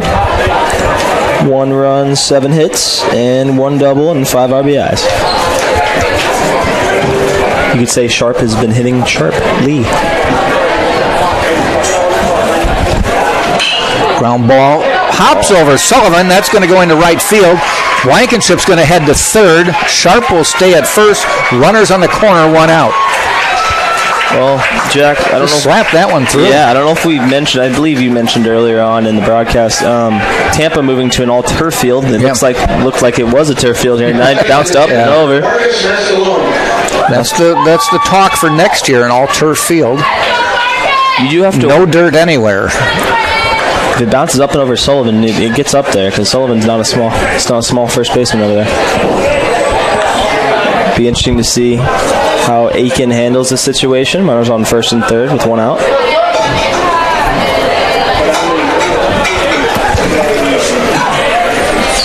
Mastalone, the catcher, number 8 hitter, shows bunt, gets it down. He's going to move a runner. And, boy, Sullivan with a nice stab at first to keep that ball. Interesting decision there by USC Aiken to slide into first. I always never understood that. I feel like it's faster to run. Slows you down. Yeah, it actually does, yeah. Now, if you're falling and then you got to reach for the bag, I understand that, but nonetheless, 2 outs here in the inning. Lions fielded that. I don't know if they were trying to do a squeeze. It did not look like Blankenship was committing until he saw where the ball went, so he got chased back by Lions. Would have been a beautiful squeeze if he would have gone, but hit pretty sharply, though. Yeah.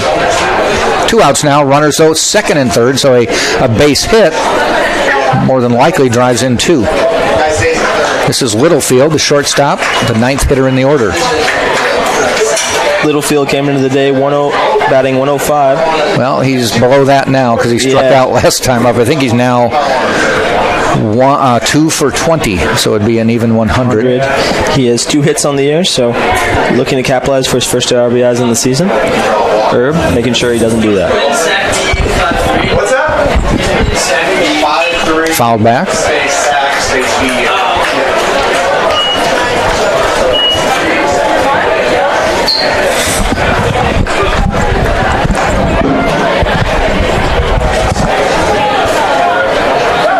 Herb trying to get out of a jam right here, right now.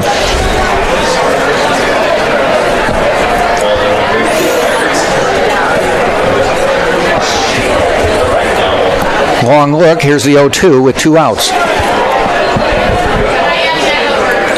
In the dirt, got him swinging at it. They're going to throw down to Sullivan to end the inning on the strikeout. So the Spartans get out of the inning, nothing happening. Runners did get to second and third, but they don't advance. And now after 4.5, still Tampa holding on to that 1-0 lead on TampaSpartans.tv. Champions know how to seize opportunities. When they see moments of greatness unfold right before their eyes, they push as hard as they possibly can, and then they push harder. Because the heart of a champion never settles, never quits, and never stops giving its all. We are champions. We are Division II. We go big, we give it everything we've got, and we win. On the field, on our campuses, in our communities, for our causes, in our careers. We rise to become champions in everything we do. We are Division II, and there are no limits here. We make our time count. We set our own path. We become champions on our terms. It's time to up your game, because we're here to play and learn. But most importantly, we're here to discover ourselves, our vision, our heart, our drive, to achieve every goal we aim for, because we want to be champions at the highest level, life. At Division II, the opportunities are here. Are you ready? I thought you were saying food. Being a champion takes more than skill, more than endless drills, more than using your head. Being a champion takes the heart to give it your all, the agility to thrive from any angle, and the relentless drive to be the best. Welcome to Division II, where the pursuit is yours to create, and the question isn't, can you do it? J.D. Urso to lead off for the Spartans. Struck out his first time up. Steger on the mound still for South Carolina Aiken. Nothing going on in either bullpen right now, as we're more than halfway through this game. A real pitching duel happening here tonight. Yeah, Steger, as we mentioned, 1 mistake, and it was a home run to Dan Sullivan in the second. Otherwise, he struck out 5, walked nobody, only at 57 on the pitch count, so he's pitched well, other than 1 pitch.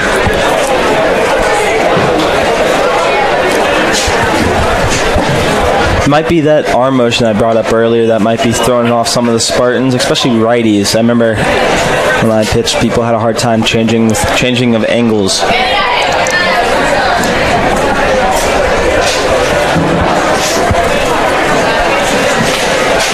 Outside. Can't get a clear look of the radar, but also seems doing a good job changing speeds. Yeah. Not really overpowering them with fastballs.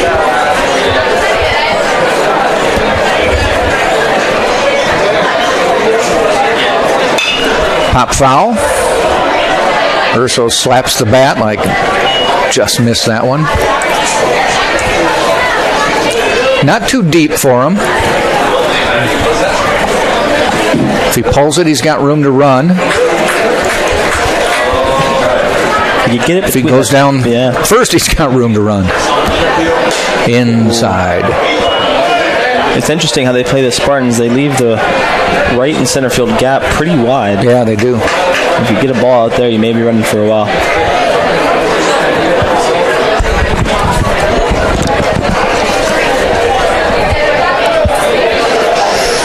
Ground ball, just foul. Into the Spartan bullpen. Do you know what time it is? I do not. T-shirt time. Is it coming up? Yeah, DJ Pauly D is performing for Party in the Park here tonight. It's behind this Morsani Hall building, all the way over near Plant Park. It's happening here tonight. Oh, I thought you meant they were going to fire some T-shirts into the crowd. No. Ground ball. Ursos had a little trouble getting out of the box. They threw him out. Fantastic fielding job. Slipped a little coming out of the box. But no, Jersey Shore MTV character Pauly D is out there performing for any of the students. So is that where you're going after the game? I may potentially, if it's still going on. I think it may be going on at the same time. So I think you're going to see people going in and out from there to over there. There tonight, Party in the Park. They do every night or every year here at Tampa. Have some cool artists come through. Jordan Lala to the plate, just a bit outside. Just missed the strike. Got to pull the euchre once in a while. What a legendary guy he is. Fantastic job. 80? I think he's 85 years old. At least mid-80s. Bob Euchre with the Milwaukee Brewers. One of the most famous broadcaster lines probably in sports history, if I say so. Especially from that movie Wild Thing. I actually did that haircut when I was in high school. One of the most interesting haircuts you can have. Wow, do you have photographic evidence? I do have. I'll show you in between break. Yeah. All right. I was a relief pitcher, so I kind of had to get everyone going. Strike call. Ooh, good job by the catcher to frame that pitch. A little outside for me, but again, that's why I'm a broadcaster, and that man down there is an umpire. But nonetheless, 2-1.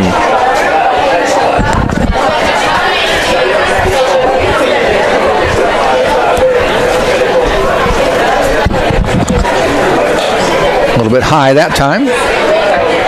Evens it up. Actually, they call it 3-1. Huh. Thought it looks similar. 3-1, one out. See if Lala goes for it or not. Did Joe give him a sign? And he walked him anyway. That was low and inside. So a free pass for Jordan Lala. And we'll bring up Nathan Winklemeyer to the plate. Or Nicholas Winklemeyer, I'm sorry. Some of the best last names in all of Division II sports. Back to back. Lala and Winklemeyer.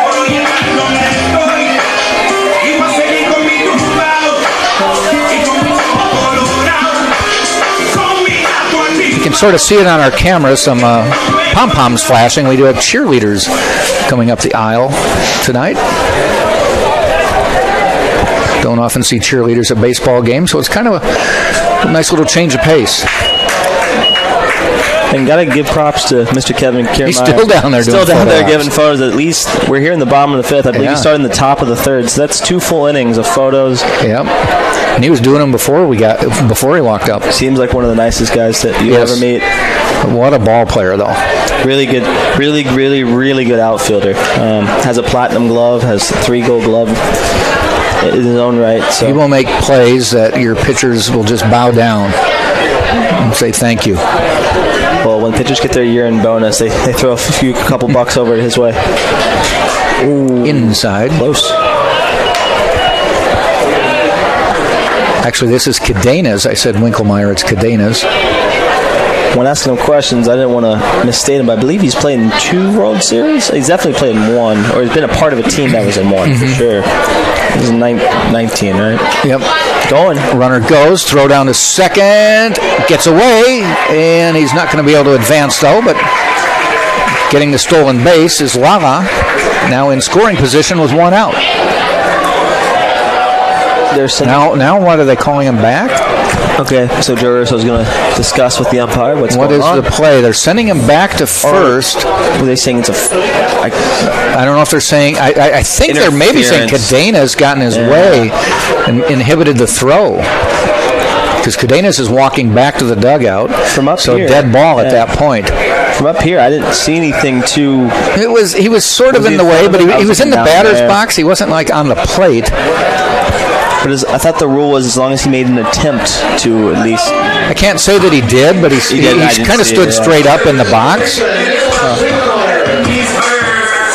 So that's apparently the call. didn't get out of the way, obstructing the play. So now 2 outs and a runner still on first.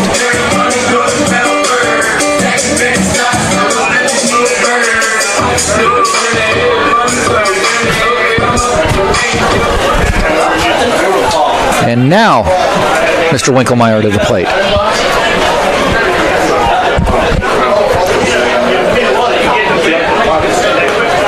Looks at it inside for a ball.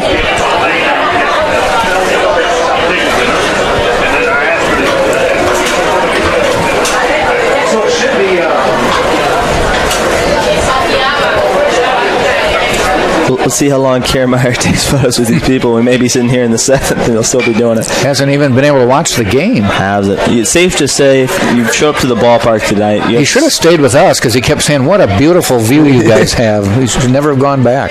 Beautiful view we have, but also on top of where we're sitting right now, an even better view of the entire landscape that we have here. A little photo booth spot up there.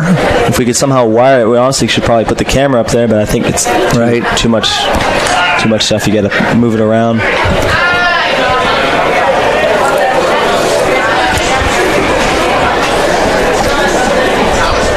I'll say enjoy the view while you have it, because I had it over there for soccer, but they put a building up in the middle there, so obviously as the school grows, maybe they'll use the other land that they got here.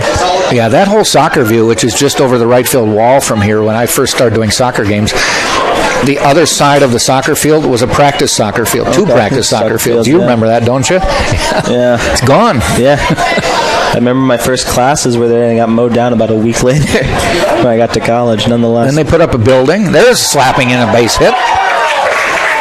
Solidly hit into left field, so runner only able to advance one base. Yeah, then they put up a building. Then they put up another building. Then they connected them with a walkway. Sure, yeah. And I think they're still building. I don't know if they've been accessible yet. I haven't been in it, to say the least. So, speaking of the left-handed hitters liking Steger, he's only given up 3 hits tonight. 2 of them have been to lefties for sure. I can't speak for the third one, but there's someone warming up in the arm barn, as we like to call it. Little trip to the mound. We have obviously Steger is a righty. We have a lefty warming up in the bullpen for Michael Holder coming out. The Pacers.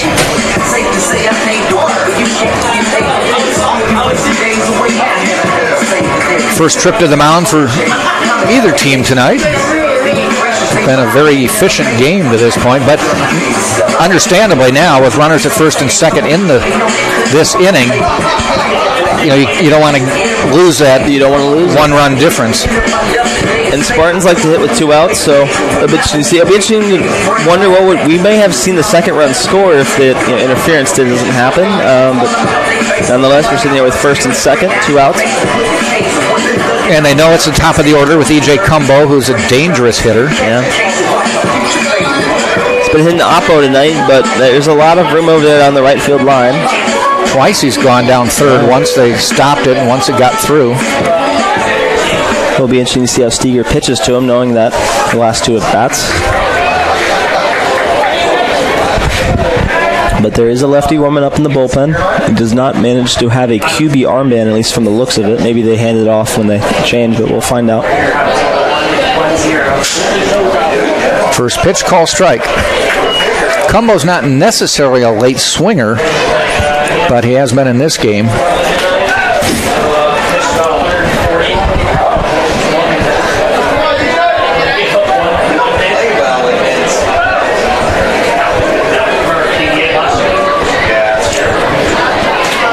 And he got around on that one, but foul. Look, if that was cricket, that's 6 points right there. That was a absolute rope. Would have gone right into the building behind it, or to the right of us. Luckily, there is netting there. 0-2 count.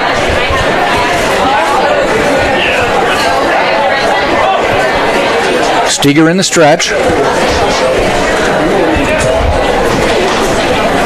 Ground ball, foul. Just foul.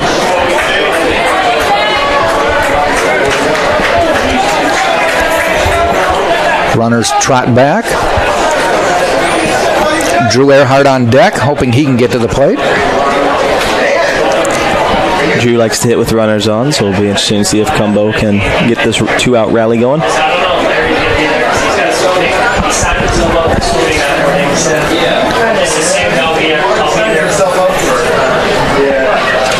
Swing and a miss, though, ends the inning on a strikeout. Cumbo goes down. The Spartans leave 2 on, and we have now played 5 full. And it's still a 1-0 game, Tampa and USC Aiken. I'm going to take a 1-inning break. Tate Gebhardt will be back with the play-by-play. You're watching on Tampa Spartans stuff. Every time he comes in. What do you get when you take your favorite food and stuff it inside a pocket of homemade dough? Cooked perfectly until golden brown. It's a mouth-watering empanada from Mr. Empanada. No one makes a better empanada. Take Ted Webb's word for it. Almost as good as my mom used to make. Check out our website for a location near you. MrEmpanada.com.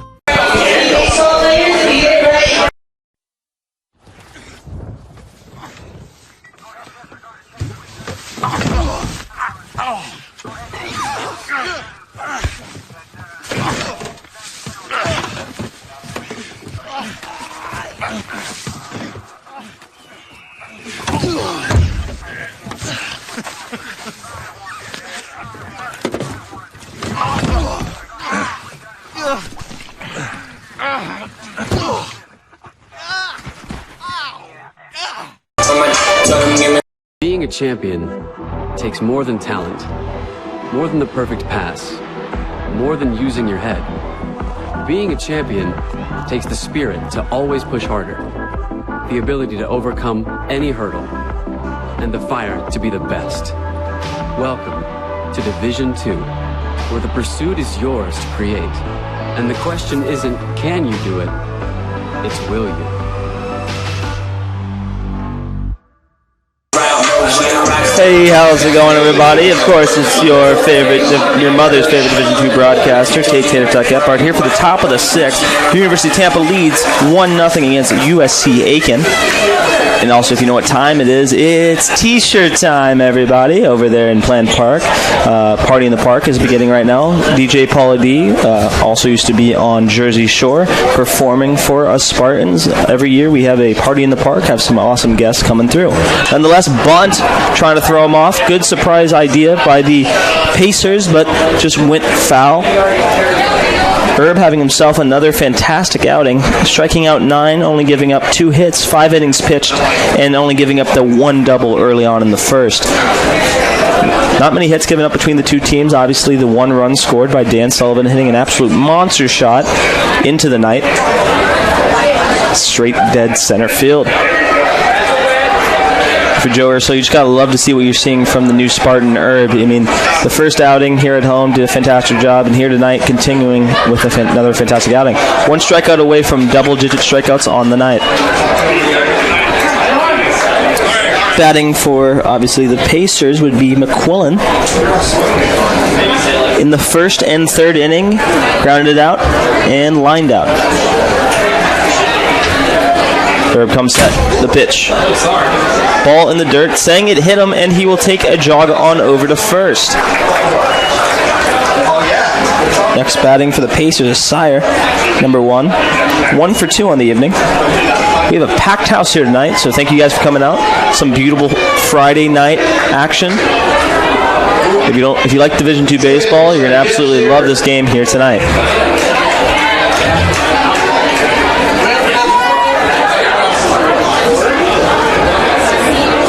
Pitching out of the stretch. Pacers batter, making a mark in the dirt, trying to throw off the timing of Herb. Herb stares down. McQuillan takes a lead, and he's off. There's a play at second. No one there to cover the bag, and he takes second base. Heads up running there by the Pacers. McQuillan. Notice no one was over there. A little miscommunication between Urso and Winkelmeyer. Hardly ever see that. Those two usually tend to be in sync, but nonetheless, smart base running. 0-1 count here in the top of the 6th. Spartans lead 1-0. Runner on second. Score is 1-0 Spartans' favor, so only 1 run will tie it. Tying run is on second. Herb looks over again, and the pitch. Swing and a miss.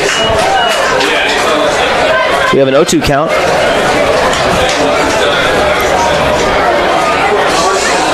Herb seems to be a thrill seeker, so usually after getting a runner in scoring position tends to get out, but we'll see what he does right here. And another shout out to Kevin Kiermaier. He's been taking photos with the entire crowd here since the third inning, and we're here in the top of the sixth, so super nice guy. I got the chance to interview him. So thank you for coming out, Mr. Kiermaier. If you've obviously come to the ballpark tonight, you seem to have either gotten an autograph from Mr. Kiermaier or a photo, or nonetheless.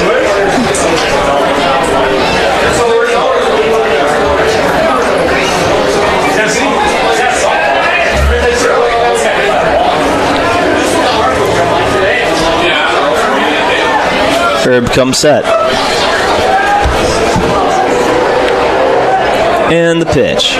Swing, fouled off to the right side. If you're over there in Straz, heads up, there might be a foul ball going through your window. Highly doubt anyone's inside studying tonight, but, for those studious individuals. We have an umpire just talking on over. Looks like they're going to get a new baseball there for Herb. Didn't like the grooves on that one. Herb gets the new baseball and takes the mound. It is a 1-2 count. No outs here in the top of the sixth. Spartans lead 1-0, but USC Aiken is trying to tie this game up. Herb trying not to allow it. We'll see what happens right here, right now. Herb comes set. Looks on over, and the pitch. Oh, pickoff. No one was there to cover. If someone was breaking, may have gotten him. Good pickoff move there by Herb. Threw me off, thought he might have balked, but really good move there by Herb. Solid no throw, no one was there. 1-2 count here in the top of the sixth. Spartans again lead 1-0. Herb looking in, coming set. And the pitch. Breaking ball somehow misses the zone. We'll be sitting here at 2-2.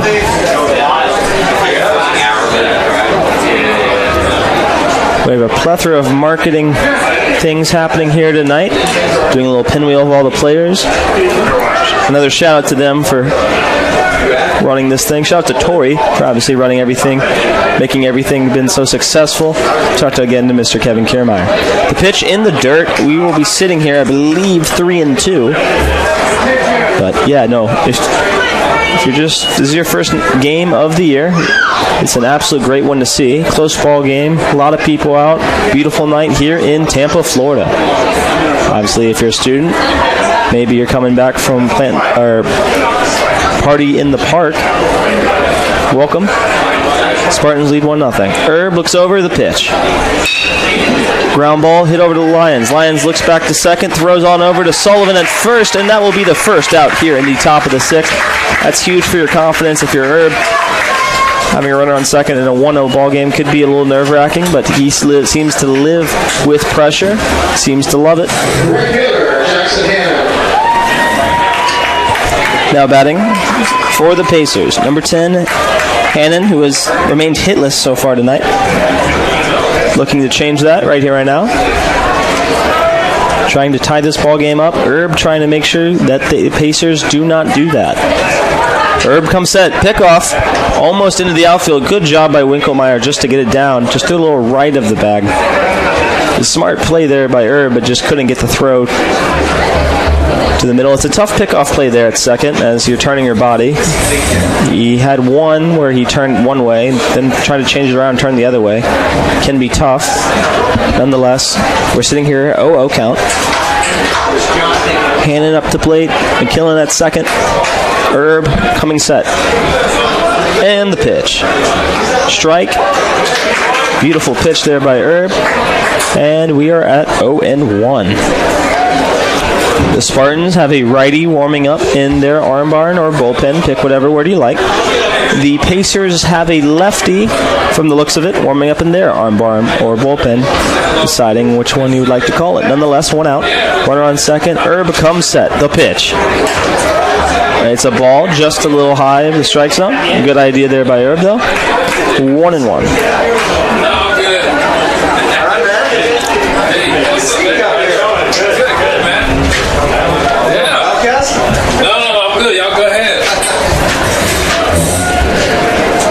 Herb looks in. Herb comes set. The pitch. Line drive hit on over to Urso, and he catches it this time. That one a little less, more of a rope. Doing a good job just catching that one right there. And now we're sitting here with, I believe, 2 outs here in the top of the 6th. Herb got a runner on first. Then he stole second, and now has come back, battled back. And there are 2 outs here in the top of the 6th.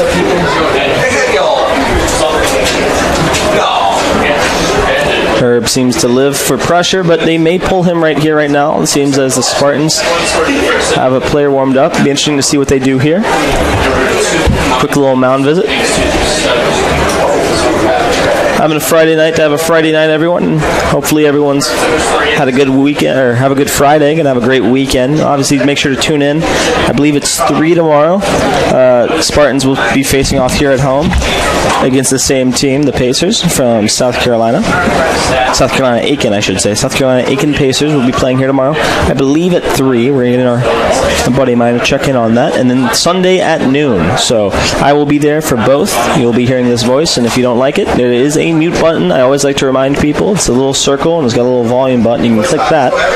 But nonetheless, thank you for tuning in with us. Get a little repetitory, but I want to make sure we run through all the information, because we know some of the college kids watching in the dorm rooms. But highly doubt anyone's doing that tonight. A lot of action happening here over Tampa's way. Also some other action happening around the city. Coming up here soon, obviously we're still in February, but in March we have the men's SEC basketball tournament. It's going to be at Emily Arena. It's going to be a cool time. I will not actually be here for that, but you can go over there and watch some good basketball. Division I basketball, that is. SEC just means more. We are the SSC, Sunshine State Conference, facing off against the Peach State Conference, and we'll see who wins tonight. Nonetheless, we keep Irv out there, see if he can get through the rest of the inning. It'd be huge for the Spartans to have him do that. Good for his confidence. Looks on over to second, the pitch. Good fastball for a strike. 1-1 count.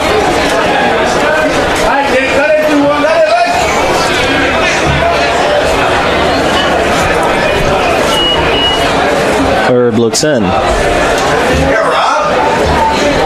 1-1 count. 2 outs here in the top of the 6th.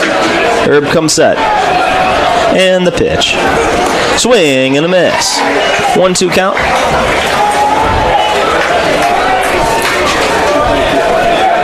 Herb is looking for double-digit strikeouts first at home.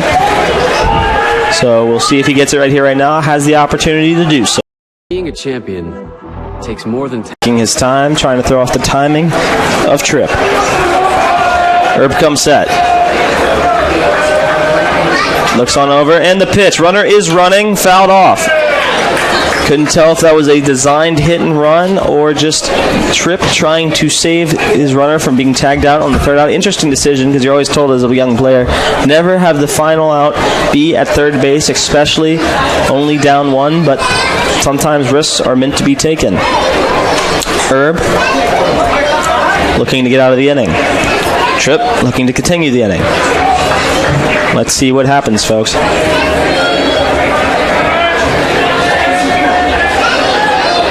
Herb comes set. 1-2 count. 2 outs. Top 6 in the pitch. Runners running, and a strike 3 for Herb. He has struck out 10, which looks like to be a fantastic outing here for Herb. Don't think he'll be coming out for the top of the 7th, but who knows? Going down into the bottom of the 6th, your University of Tampa Spartans, number 1 in the nation, lead 1-0 against the USC Aiken Pacers. You've been watching on TampaSpartans.tv. I pledge. I am an NCAA student athlete. And I pledge to be a champion of unity on my team, on my campus, and in my community. I pledge to embrace differences and strive for inclusion and collaboration. I pledge to stand against racism, hate, and discrimination. I pledge to strive for love, care, and forgiveness. I pledge to stand against silence, deceit, and obscurity. I pledge to strive for dialogue, truth, and understanding. I pledge to stand against fear and doubt. I pledge to strive for trust and belief in one another. I pledge to stand against complacency and stagnancy. I pledge to strive for change and growth. I commit to supporting my fellow student athletes in all circumstances that impact them. I commit to both choosing unity personally and encouraging it for all. I pledge these things because we are stronger together. United as one.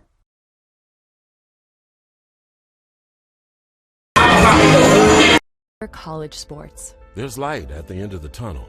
A return to normal, and all we love about sports. You've instilled resilience, focus, and selflessness in us. We've put those lessons to work. We've found strength and unity in each other.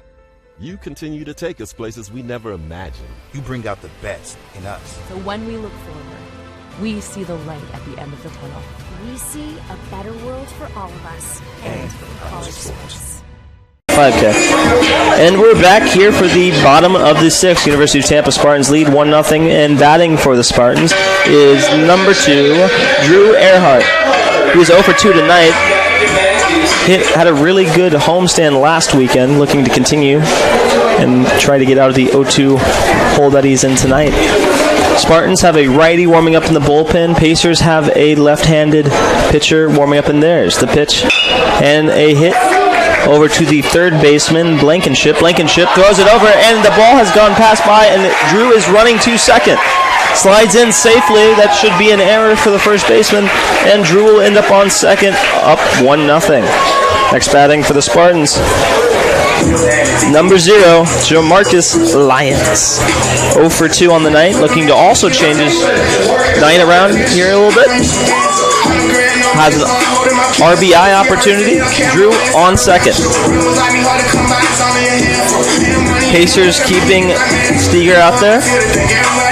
Looking to the over at the dugout for the call. Having that armband relay that they have for pitching. Drew taking a lead over at second. Lions ready to hit. Steger, the pitch. Ball high, 1-0.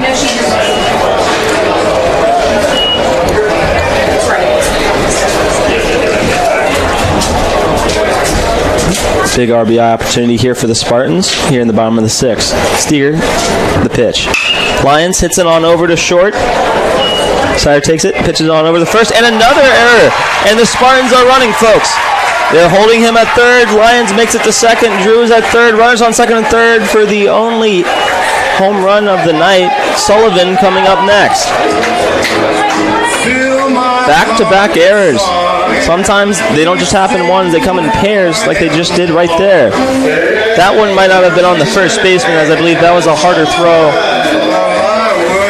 But nonetheless, Dan Sullivan's up to the plate. 1 for 2 on the night with a home run. There are no outs here in the bottom of the sixth, and it looks like we will have a Krispy Kreme call to the bullpen. Looks like we're going to have a lefty-lefty battle, but let's find out if they're going to pull Steger, who had a great night, just had some sloppy field work in back-to-back plays, and looks like he's going to have himself a Friday night.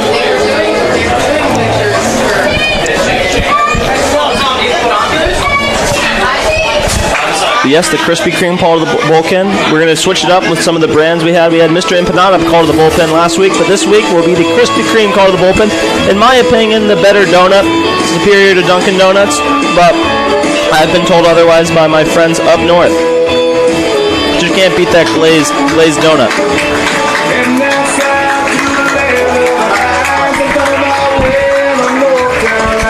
Some country music blasting around the ballpark.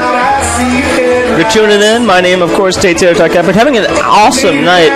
Kevin Kiermaier, the Rays outfielder, makes an appearance. 3-time Gold Glove winner and Platinum Glove winner. Makes an appearance here at the ballpark. The nicest he could be. Signed the autograph for my cousin who couldn't make it to the game tonight, and took photos with anyone and everyone who wanted to take a photo with him.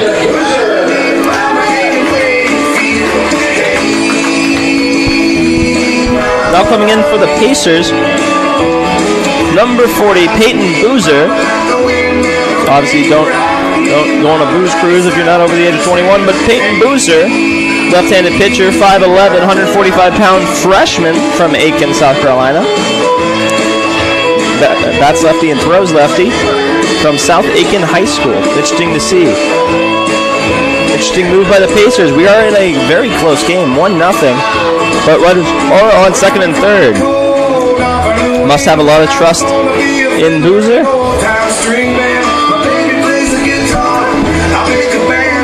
Having him face the number one team in the nation with runners on. We'll see how he pitches coming up.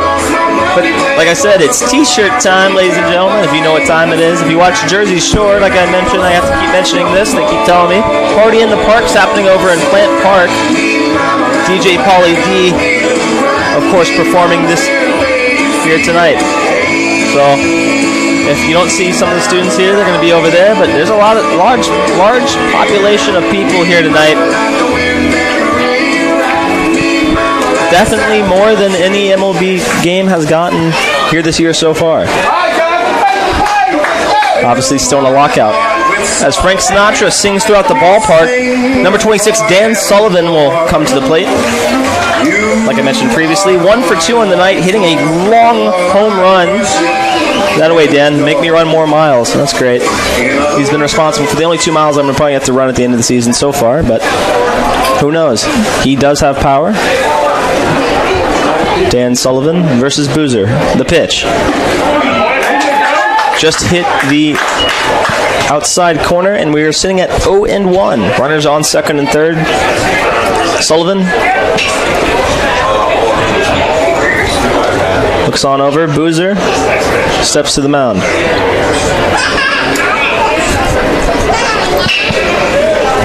The pitch. Sullivan with a massive swing. And we will be sitting, I believe, at 0-2.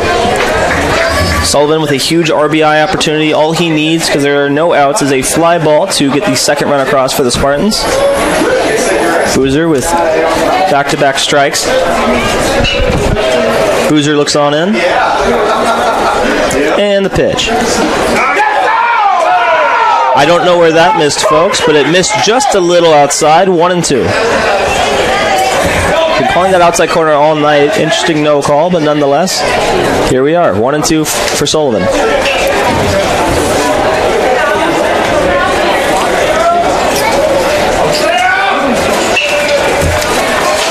Boozer comes set. And the pitch. Sullivan just fouling it off to the left side. Won't go down that easy. Interesting decision by the Pacers head coach to put Boozer in, a freshman from Aiken, South Carolina.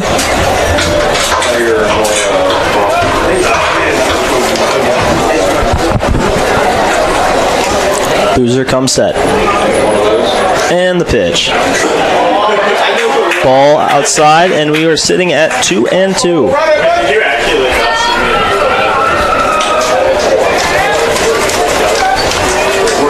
There are no outs, so a long fly ball will get a runner in. Or a fly ball. Because Drew is on third. Boozer comes set. And the pitch. Another ball outside. 3-2. For 1 ball away from walking the bases. There seems to be a disagreement on the signs. I don't see, although there is a QB armband on Boozer, as that's how they call pitches, comes from the dugout. 3-2 pitch.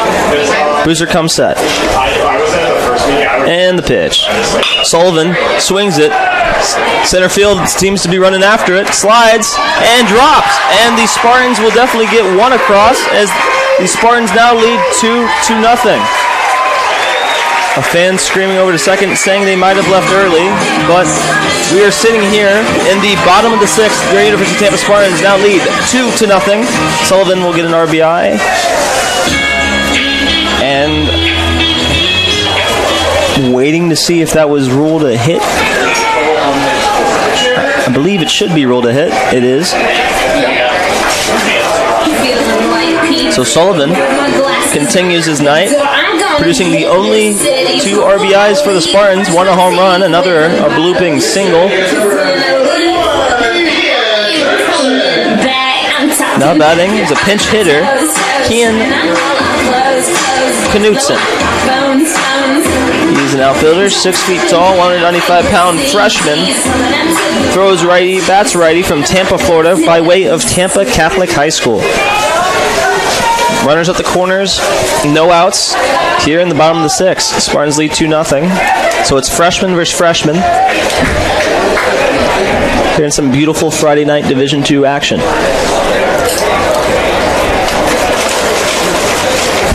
Boozer comes set.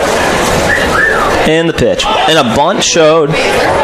Ball almost went by the catcher.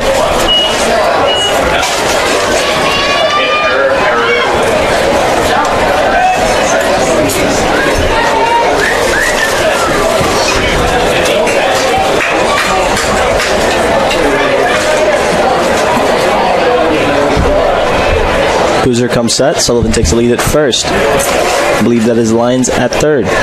And the pitch. Bunt shown by Knutson. Beautiful bunt down the first base side. And he might make it there. He doesn't, but that's an RBI for the freshman Knutson. Spartans now lead 3-0.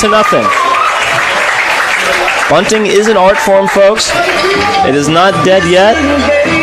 Coach Urso likes to throw it out there every now and then, and it produces a run for the Spartans here in the bottom of the 6th. Now batting for the University of Tampa Spartans, the son of Joe Urso, J.D. Urso. J.D. is 0 for 2 on the night, looking to change his night around. Runner on second, so an RBI opportunity. So 2 runs come this inning. Looking to make it 3 if you're J.D. The pitch from Boozer, and it hits. I thought it moved out of the way. It was J.D. I for some reason thought it hit him. Nonetheless, runs out of the way. It's 1-0. And the bullpen for the Pacers, there's a righty warming up. Boozer looks on over to second, and the pitch. Ball almost goes to the backstop.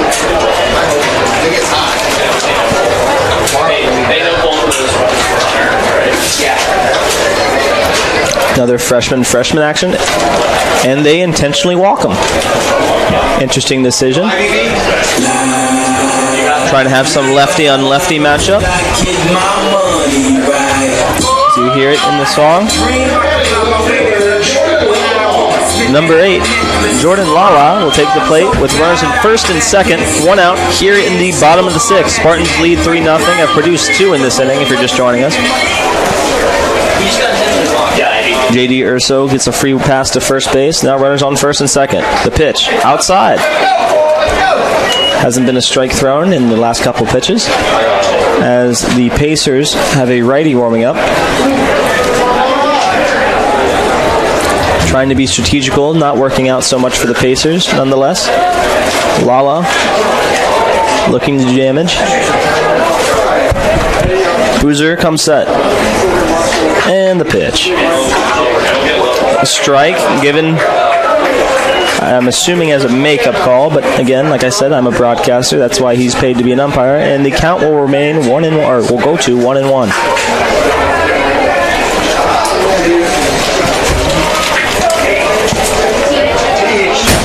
Boozer comes set.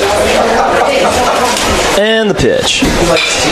Foul ball hit off to the left-hand side, off the birdcage, and we are at 1-2. Runners on first and second. Lala up to the plate. Spartans looking for insurance runs. Another misunderstanding between that pitch card for the Pacers. Can't get a number on the... That's 37 warming up for the Pacers. Adam Krissinger, another freshman, righty, warming up. Lala swinging and striking out. There will be 2 down. And next up for the University of Tampa Spartans, number 6, Jose Cadenas. Also 0 for 2 on the night.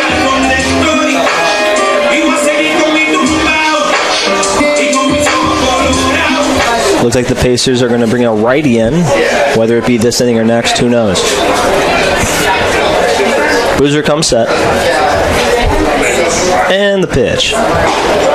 Good inside fastball by Boozer. Cadenas looks at it. The count is 0-1.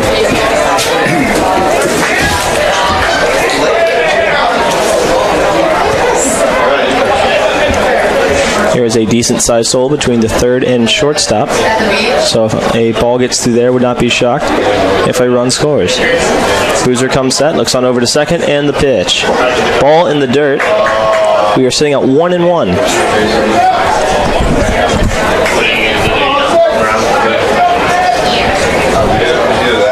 Both the catcher and pitcher looking over to the dugout. Interesting decision by the Pacers coach to call all the pitches, but that's how they seem to be doing things. Boozer looks on in. Comes set, looks on over to second, and the pitch. Another ball in the dirt.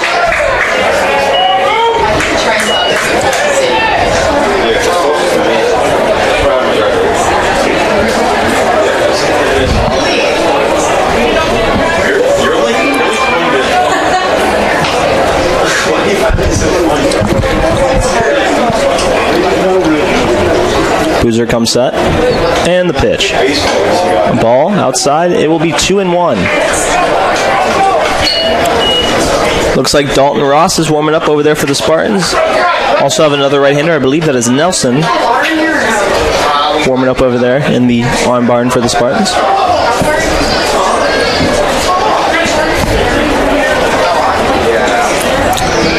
Boozer comes set, looks over to second, and the pitch. Throws it, ball is in the air. Second baseman seems to be under it. Running back.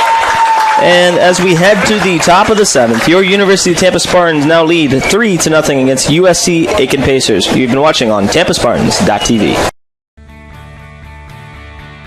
This is the University of Tampa.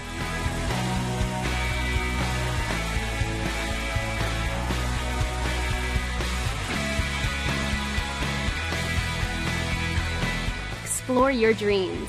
Discover your talents. Get ready to invent, innovate, and be a leader. This is the University of Tampa.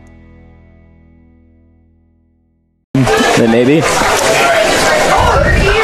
My wife wondered why I didn't get a picture with Kevin. I got a video for you. I'll throw it your way. I got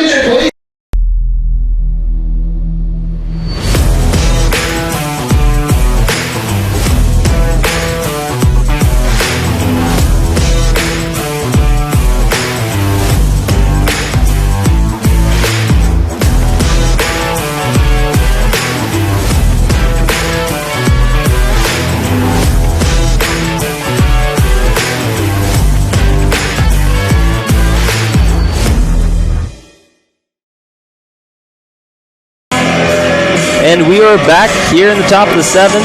Jack Ike took a little hiatus. Spartans scored 2. Jack, where are we at? I tell you, you are the human rally cap. I try to be. It's not me for sure. I'm just cool with the baseball guys, Jack. I walk away and comes back with 2 more runs than when I left. 2 errors over there at first, and Spartans lead. You know, I thought of that when I saw that. I'm like, you were mentioning that last week you saw a 3-run score with no hits. No hits. Thought they were trying to pull it again. I'll say what the Spartans do best is take advantage. And, don't give them and they minimize errors. So if you throw 1 error, they'll get those runs in. But Spartans do make a pitching change. Braden Nelson coming in to pitch as the day is over for Mr. Erb. Nelson comes in. This will be game number 3 of the season. Does have the only loss of the year. He's given up 7 hits in 5 1/3 innings. 5 runs, only 1 of them earned, walked 5, struck out 6. His ERA is at 1.60 right now. Krispy Kreme call to the bullpen, I do have to mention. Gotta ask you, Dunkin' or Krispy Kreme has better donuts, Jack? I have not been to Krispy Kreme in a while, so I guess I'd have to go Dunkin' just on recent memory. Sure. That's fair. Though I had a guy did soccer with me a few years ago, and I think he was on a Krispy Kreme diet. No, they're awesome. I grew up with that. I never got anything different. Just simply glazed. I'd always go every Father's Day, and we would get a single glazed donut. Struck out real quick. Graves goes down, yeah. So Nelson picking up where Herb left off. See if we can get the final numbers on Herb. Double digits in strikeouts, I know that to be sure. He was efficient. Home stats.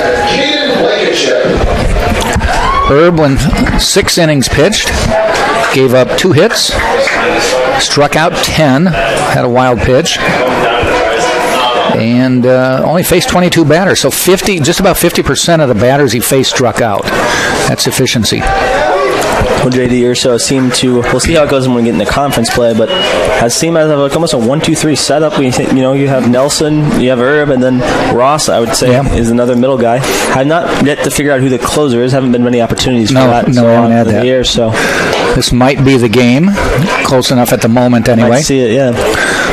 Nelson has could be a decent closer. Mm-hmm.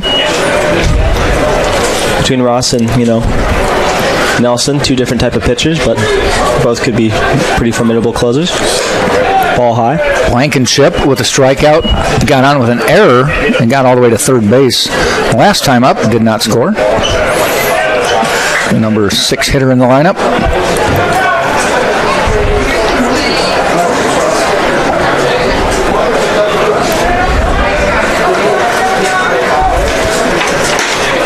Just missed the corner on that one. Man, that was thrown hard. I couldn't tell you how fast it was, but you can hear the pop from here. Yeah. 3 o'clock game time tomorrow. It's going to be a busy day. I think there's softball going on. There's basketball, men's and women's. There's a hopper out to Urso. Tries to short hop. It does. Throws in time. That's an extremely hard play to make, and Urso made it look really easy, folks. Graining to his left, trying to throw right, picked it, backhanded it, and threw it on over to first like it was nothing. We had a contrasting play a couple innings ago with Winkelmeyer at second base, and he was allowed to step back and took the nice hop because he's got that opportunity with a shorter throw. Indeed. Whereas Urso's got to just hustle, and hope he makes the play. Sharp at the plate now. Had a base hit. Moved runners into scoring position last time up. They did not score, though. That one gets away. Threw it so hard it hit I think it hit the umpire, and he's walking away for a few minutes. The umpires, I swear, at home this year have been really getting a beating.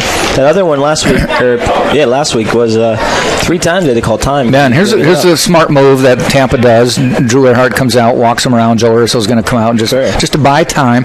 And I mentioned I was talking to J.D. Urso before the game. He says, man, that umpire last week, I came up, and at one point he says, I think I have a concussion. Yeah. And I said, well, don't you remember? Like 3 times he got dinged. Well, you definitely want you don't want anyone to have a concussion, especially the home plate umpire to have a concussion. Yeah, and he's like, do you want me to do anything? Yeah. He said, no, we'll just see. If an umpire gets, I've never seen it, but if an umpire gets hurt and they have to only go to 1, I'm assuming he would move to their home. Or do they cancel? I think they do it behind the pitcher's mound. Okay. If I remember right. Ground ball up the middle. Urso ranges, knocks it down, throws wildly. And will the runner be able to advance? Yes, he's going to be in, standing up. So Urso knocked it down, fielded it off the ground, and then tried to spin around and throw it, but threw it well over Sullivan's head. And that's one of those ones you're just reacting. You probably just hold on to it. He did a good enough job stopping it, just couldn't get over there in time. Yep, in hindsight, you eat that one. Indeed. Now, if that's Winkelmeyer going towards first base, maybe you try to throw that. But I was going to mention Nelson. Oh, there is a pinch hitter. Yep. Number 26 for the Pacers. Pitching for the Pacers is Carson Suis. He's a catcher, what they have on here. 5'11", 190 pounds, sophomore from Rancho Cucamonga, California. That's out in the L.A. area. Cool. This is his first. His 10th at bat, 11th at bat of the year. He's 3 for 10 so far on the year. Also going with the Vladimir Guerrero strategy of no batting gloves. Has played in 5 of their first 6 games. Started 2 of them.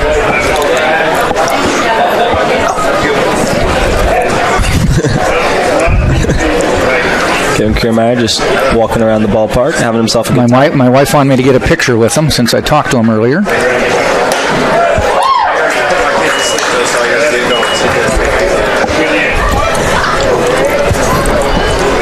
Got some good video footage we'll have hopefully on the social medias here in the next couple of weeks or so. Super nice of him. Took photos and signed balls for about 4 innings. Yeah, he was there a long time. Seuss with 1 strike, 2 outs, runner at second. Swing and a miss. A little late on the swing. Nelson, 6'5", has that Randy Johnson effect where he pitches down towards, so it's tough for the batters to kind of figure out what's going on. Been heavy on the fastballs, but has also a decent breaking ball in his own right.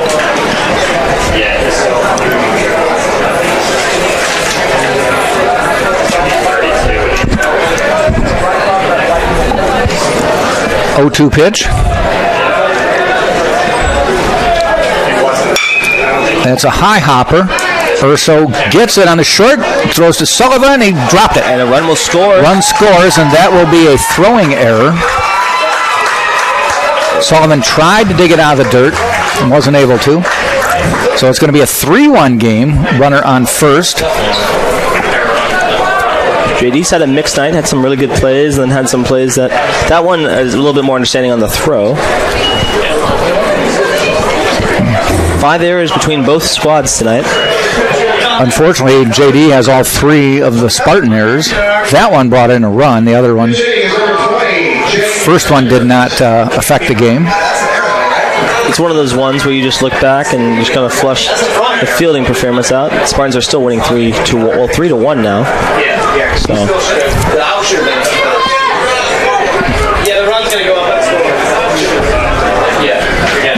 Brings Littlefield to the plate.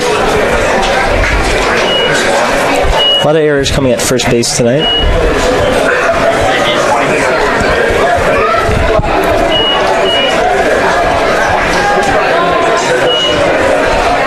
Nelson's pitch down the middle, strike call. So that 0-1. Still 2 out, but now a runner on first. 1 run in. Top of the 7th, Tampa 3, South Carolina Aiken 1. Ball in the dirt, stopped by Earhart.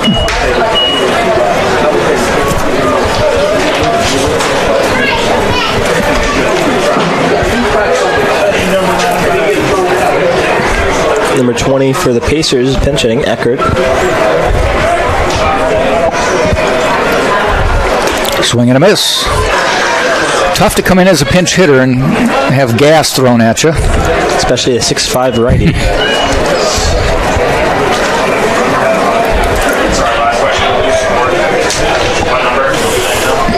Can't seem to get any stats on Eckert, so at least on the hitting side.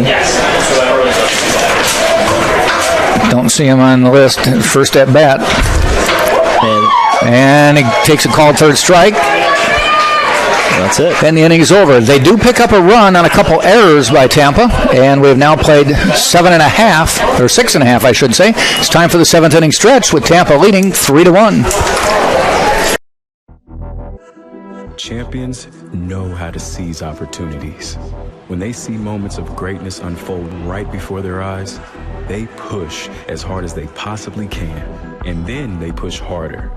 Because the heart of a champion never settles, never quits, and never stops giving its all. We are champions. We are Division II. We go big, we give it everything we've got, and we win. On the field, on our campuses, in our communities, for our causes, in our careers. We rise to become champions in everything we do. We are Division II, and there are no limits here. We make our time count. We set our own path. We become champions on our terms. It's time to up your game, because we're here to play and learn. But most importantly, we're here to discover ourselves, our vision, our heart, our drive to achieve every goal we aim for, because we want to be champions at the highest level, life. At Division II, the opportunities are here. Are you ready?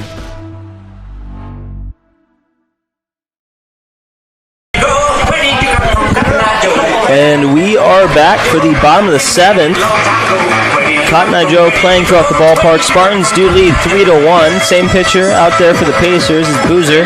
And Jack Ike, who is up to bat for the Spartans. Spartans will send Winklemeyer to the plate, the number 9 hitter in the order. Got a base hit.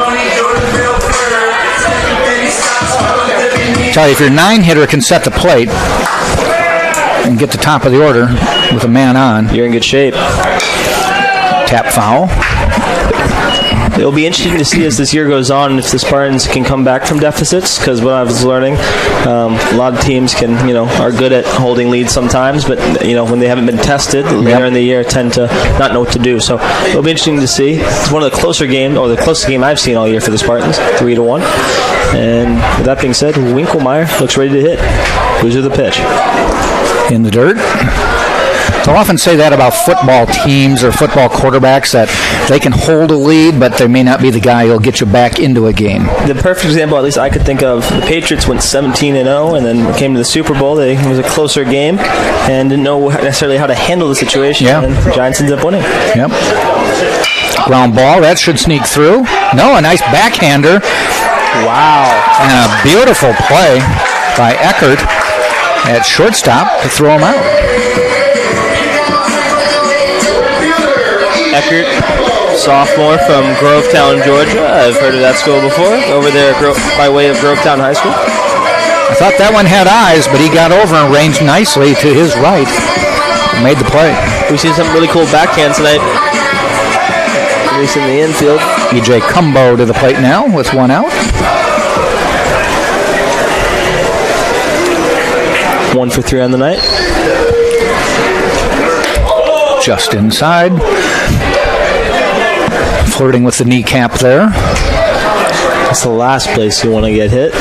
Speaking from experience, I've been hit basically everywhere there can be to be hit. That one's hit out into center field. Ranging for it is McQuillan, but he draws a bead and makes a catch. Spartans targeting the center field tonight. That'll bring Drew Earhart to the plate.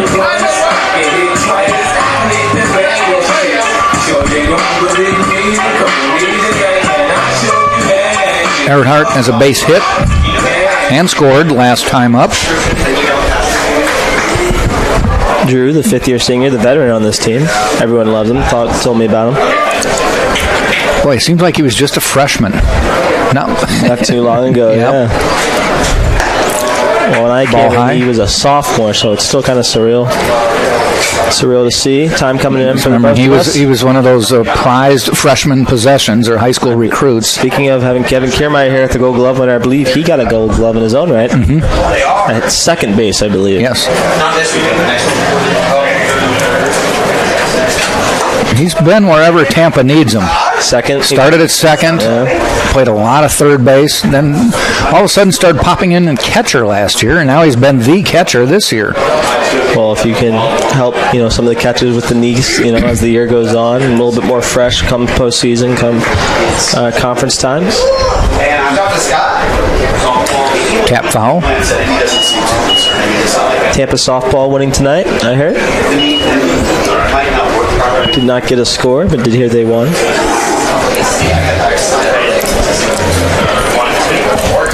Maybe I can trade off a few pepperoni pizzas to our intern to see what the score would be, but we'll figure that out here in a minute.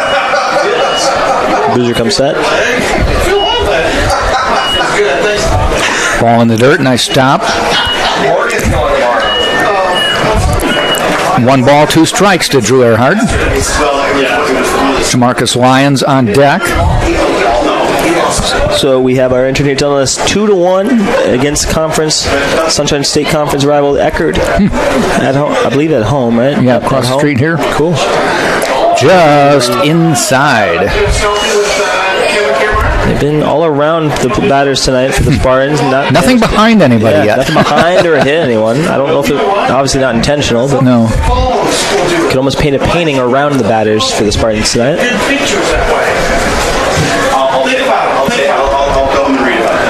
Now 3-2 after being 0-2. And he slaps that one up the middle. That'll fall in for a base hit. Nice bit of batting by Drew Earhart there will bring Jamarcus Lyons to the plate. Looks like Drew took maybe almost getting hit in the kneecaps personally. Got to get a little base hit, and that'll be the 5th hit of the night for the Spartans, 8th combined between these two ball clubs.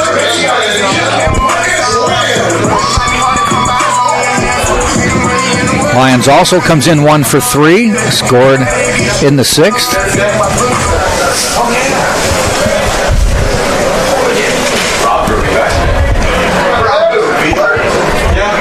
Do a little shifting in the outfield, shifting him toward left and somewhat deep. And that ball is inside. How are you? Are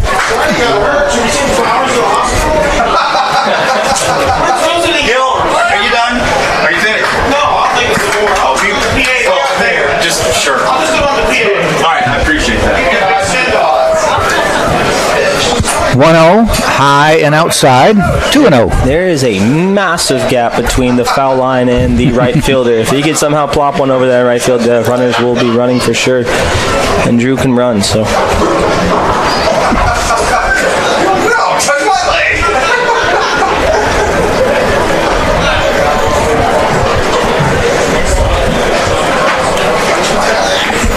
Two-0 pitch. Boozer in the stretch, fires inside a little bit, but they call it a strike. Lyons kind of backed away, though I think he's on the plate.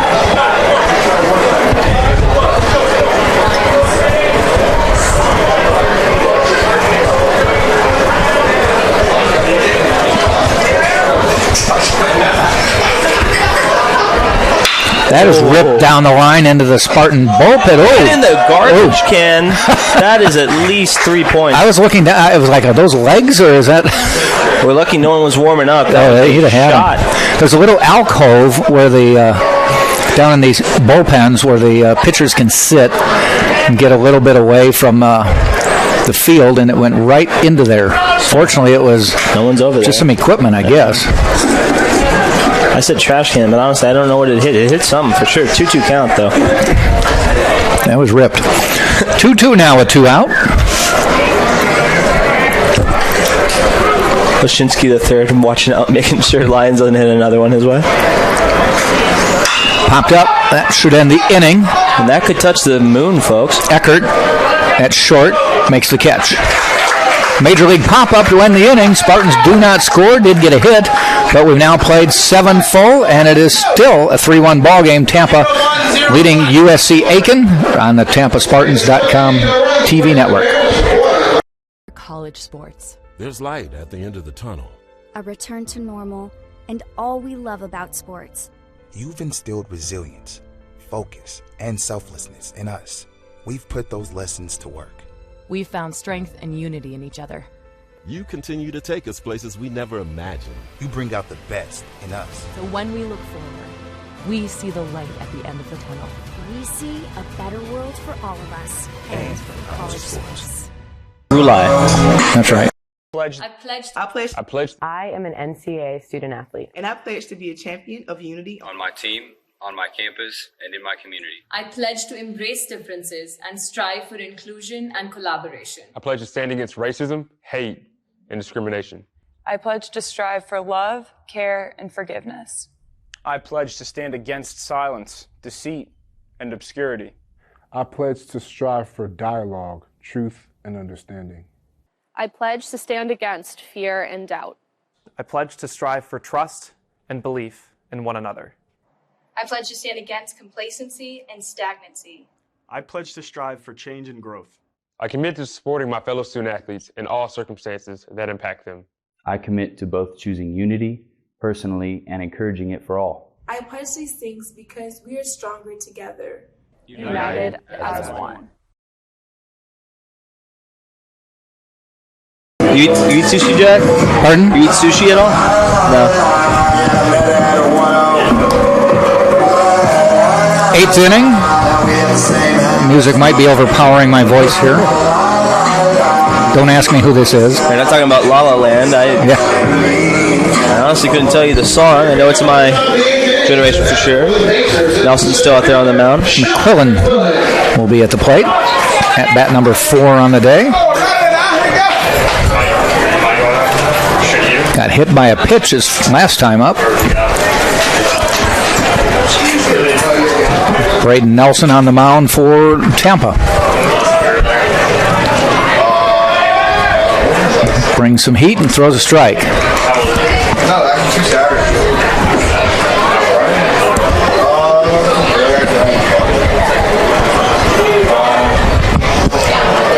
It's good to say it's the weekend, folks. It was a long week for me. Did a lot of cool stuff. You have school off on Monday, President's Day? I don't know, honestly. No? I don't believe we do. I have one class off for sure, but not.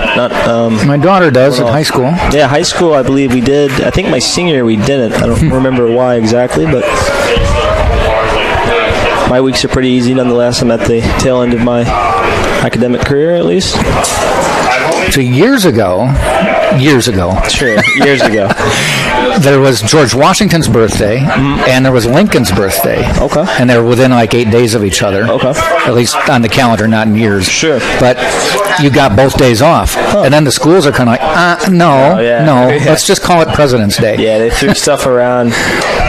We had that changed a lot. I also did go to a Catholic school in through middle school, so maybe that, there's some different days there. Sure. Passover, they take some stuff off and stuff like that. But in high school, I do remember having President's Day off for a majority of it. I believe junior and senior, they switched it up. I don't really know why.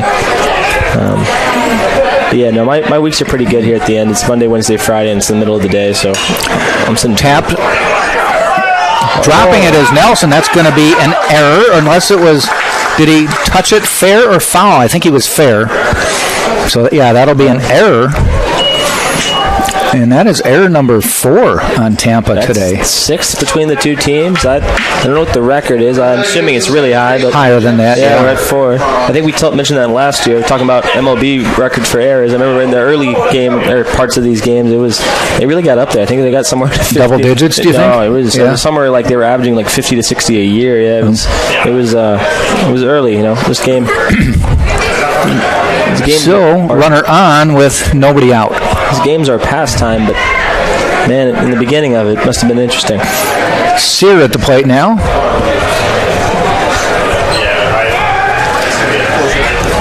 I have a feeling if there's going to be anything taken away from tonight, even though if the Spartans obviously win tonight's game, they're going to be bringing up the errors. I'm assuming they'll be getting some field. You got to have talking points no matter how you play. Almost have more errors than hits tonight. And that is hit to left, going deep. Lala is there near the track, short of the track, makes the catch, and chases McQuillan back to first. That ball had a little more bark than bite, but it sounded good. Seems to be no wind, at least from the looks of the flag, so didn't really get much help there. Wondered if if there's a little bit of wind, what would have happened, but nonetheless, we're still sitting here at a 3-1 ball game here in the top of the 8th. Well, the batter at the plate is the tying run now, so got to factor that in. I believe that's it. And this time it is Hannon. Hannon, yeah.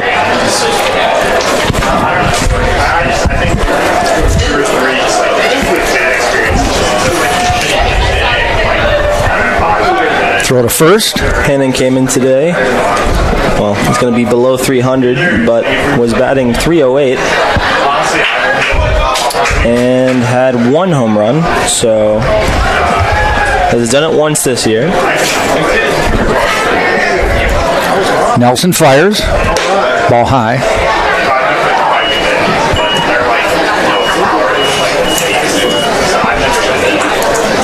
That's right.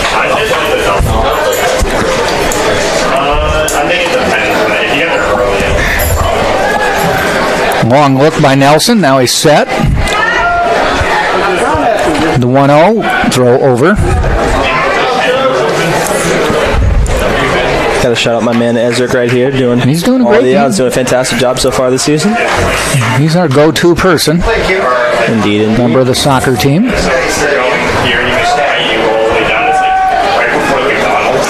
Inside, took a little off it. Didn't get it in the zone, though. Interesting wearing long sleeves, almost Freddie Freeman style. It's pretty hot out there, so Obviously, it's coming nighttime, so I guess it's not as bad. Can't tell if he has it on both arms, but that's an arm sleeve, I believe. Yep, both arms. Oh, nope, just one. Just an arm sleeve, my bad. 2-0, swing and a miss. Hannon seems to be eyeing the fence, knowing that a home run would tie this game up.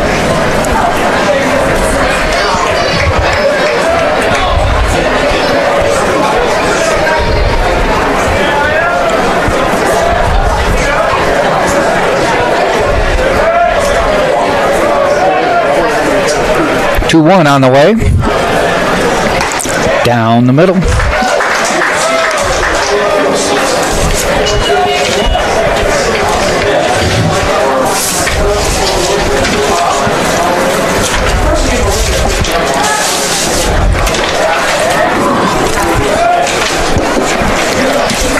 They are fairly deep for Hannon, though. I think they must see that home run on the ledger. Ball high. 3-2 now. Giving him both lines, so if he hits it down either line, could have runners on second and third, potentially a run. Keeping an eye on the Spartan dugout. If you were to walk this man, you might see somebody hustle down to the bullpen. Right now, nobody there.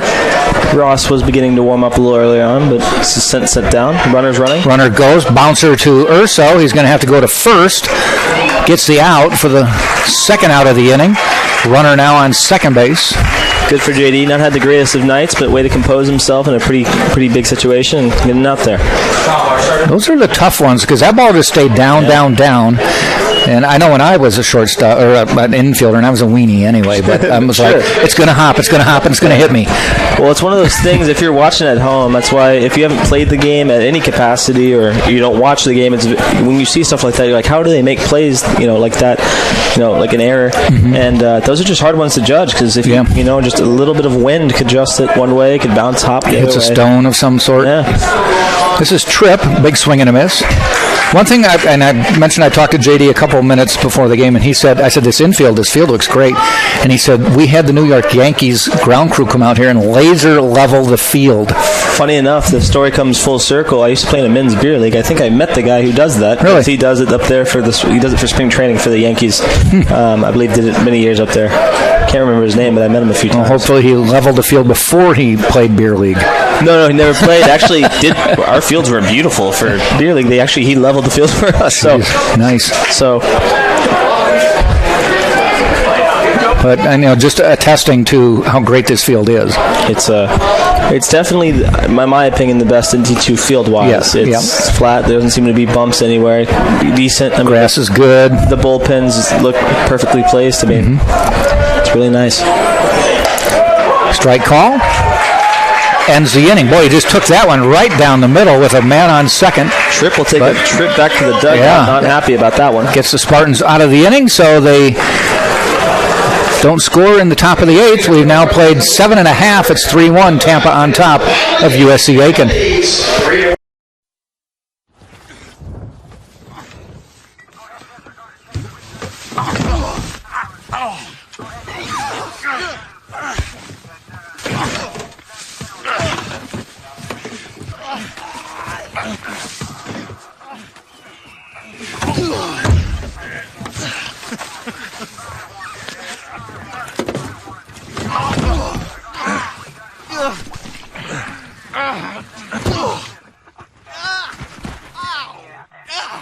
Make sure you get. It's not about any one thing. It's about how everything comes together, how it all connects. People, ideas, resources, community, everything. Quality of life services. That's what we do. Sodexo.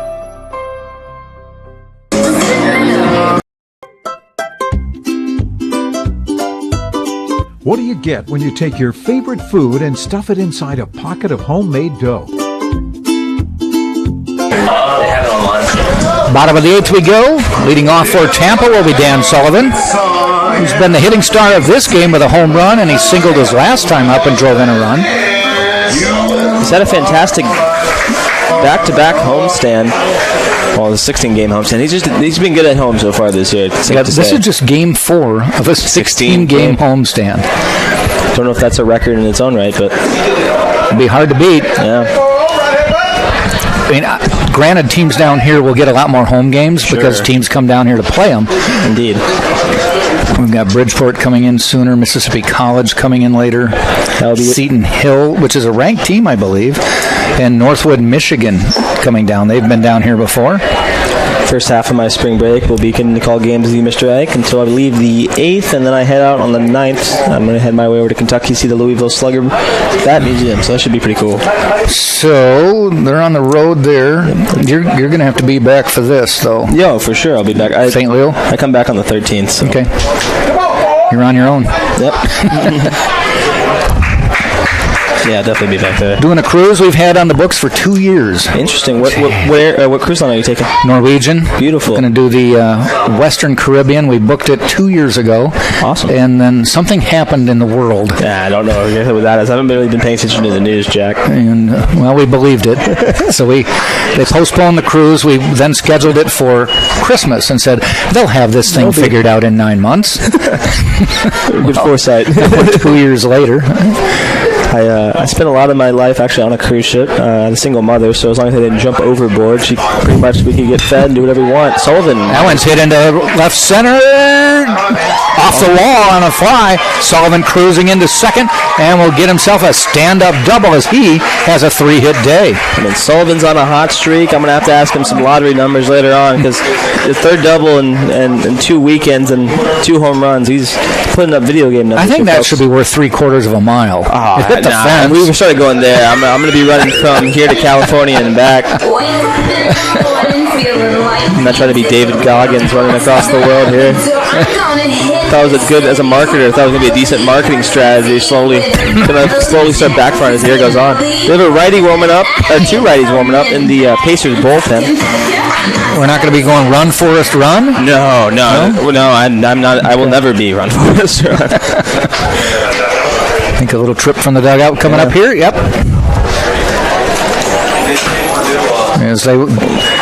Again, the strategy with a man on second with nobody out is let's keep this at a 3-1 game. Yeah. Come up with a strategy. Let's give us a top of the 9th chance. It'll be interesting to see who the closer is. I'm assuming Nelson's going to run back out there, but we do look to have catcher down there now. Yeah. 2 catchers. Maybe they're just playing a good old-fashioned catch. Unless the closer is going to be wearing shin guards. Yeah. That would be a first. That would be record breaking. You'd have to wonder what his pitching stats are. I don't know. Yeah. It'd be a very interesting move there by Coach Urso. Might inhibit the motion. Indeed. Kean Knutson waiting to come up. He came in as a pinch hitter last inning, or a couple innings ago. Beautiful bunt down the first base line, getting a run. It's a lost art. That fantastic work by our audio crew here. Yep. But I want to obviously mention that. Obviously, any of the younger Spartans or college kids, bunting is not as often seen in the game today, but it's a crucial part. And we're going to have the Krispy Kreme call to the bullpen for the Pacers. It took a while for him. Finally, the umpire came out and said, "Okay, put up or shut up here. You changing pitchers or not?" And they do. Was it?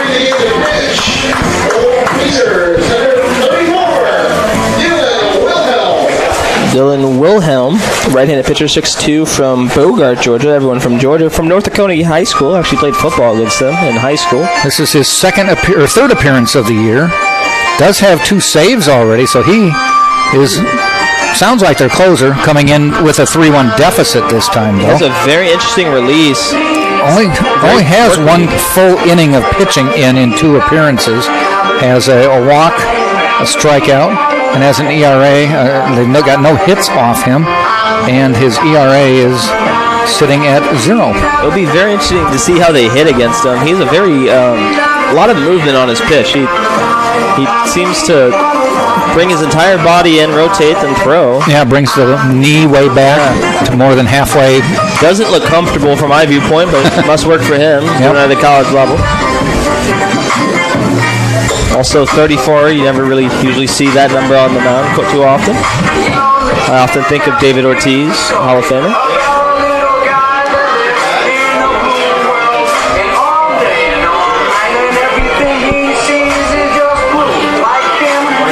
Talked to the coach at USC Aiken before the game. I said, did you get in today or yesterday? He said, we got in yesterday, and Joe let us work out on the field. Nice of him to do that for us. Well, obviously, these guys have been out enough. They played 6 games, so they've been outside and been playing baseball. Sure. Speaking of how nice this field is, we always bring it up, but talking to Kevin Kiermaier, I was mentioning there's been a lot of major leaguers, colleges using this field. They appreciate it. Nolan Arenado in the summer, and Marcus Stroman occasionally will come his way over, throw a bullpen or two. So Knudsen at the plate. Wilhelm on the mound. First pitch shows bunt, pulls it back. Called strike. So just like last at bat, they're looking for Knudsen to lay one down. Both coaches not seeming to agree with the call. Nonetheless, it stands 0-1. Interesting choice. I thought he offered. We see him right in front of us, so. Pulls that one. Oh, and he called a strike on that one, though. That was a tough one. Even if it's a strike, that's a tough one to bunt because it's high. It was moving, too, so if he would have got it on it, it probably would have been foul anyway. Yeah. Now, you probably call it off, and you're swinging away. But see, with 2 strikes. This is the chess game, the old relief pitcher to me. I wouldn't be shocked if he bunted again. Joe's done that. Yeah, because it's expected when you don't. So it'll be interesting to see. Now with an 0-2 count, Wilhelm might not be throwing anything down the middle. We will see. Does show bunt offered.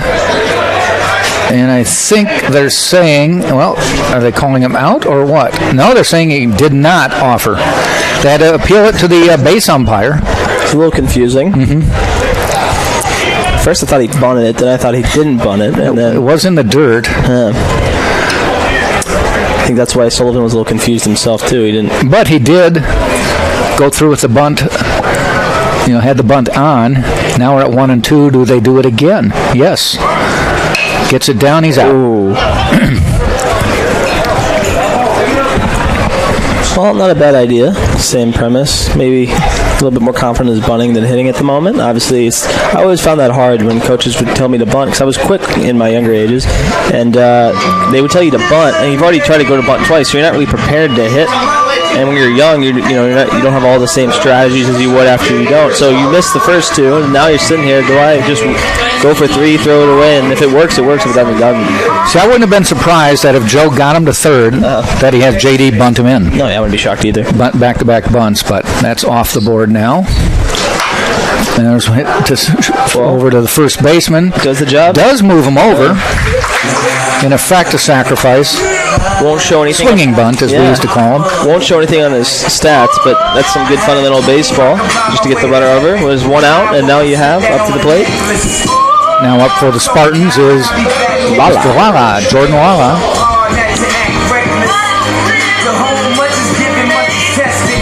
With a chance to make this a 4-1 game, I still believe a save opportunity would be in store.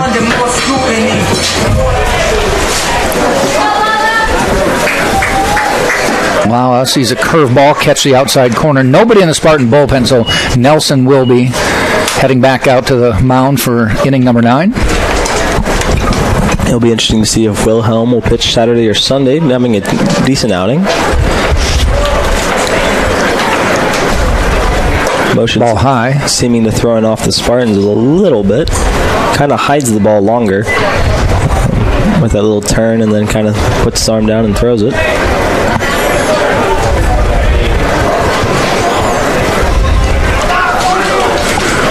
A 1 on the way in the dirt. I was reading this, just a short article on pitching and how everything is just so done by the book. Nobody, for the most part, has a different pitching style compared to what you used to have. If you look at the 60s, 70s, which you'll have to go to encyclopedia. Now that's somebody like music, but pitchers I used to... Louis Tiant, who used to turn totally his back against it. Juan Marichal had a huge leg kick. Swing and miss at an inside pitch. I want to mention what MLB The Show does, a video game, the main MLB video game that a lot of kids have. They do a good job. They add these veteran cards in, so you can see they're all wind up. They have all the old stuff. John Smoltz had kind of an older style wind up too, growing up, so I got to see that. And that's a good inning is over. Lala goes down, called on strikes. We will head to the final at bat, possibly, for USC Aiken. It is 3-1 Tampa on top right here on TampaSpartans.tv.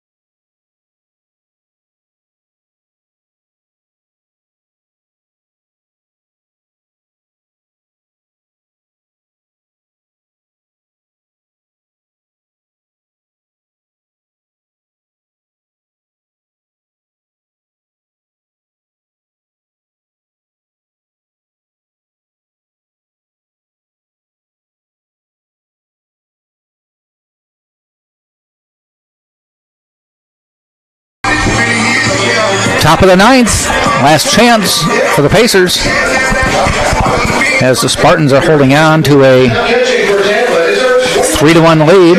Spartans scored 1 in the second on a Dan Sullivan home run, added 2 in the sixth as Dan Sullivan drove one in.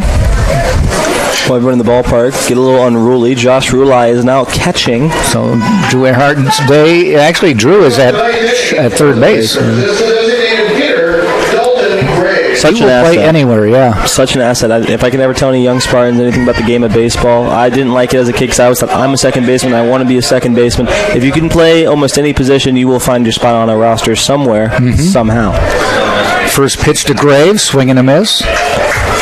If you can hit, they'll sign you. If you can play any position, they'll sign you. And if you're a left-handed pitcher, you can play anywhere you ever wanted to play.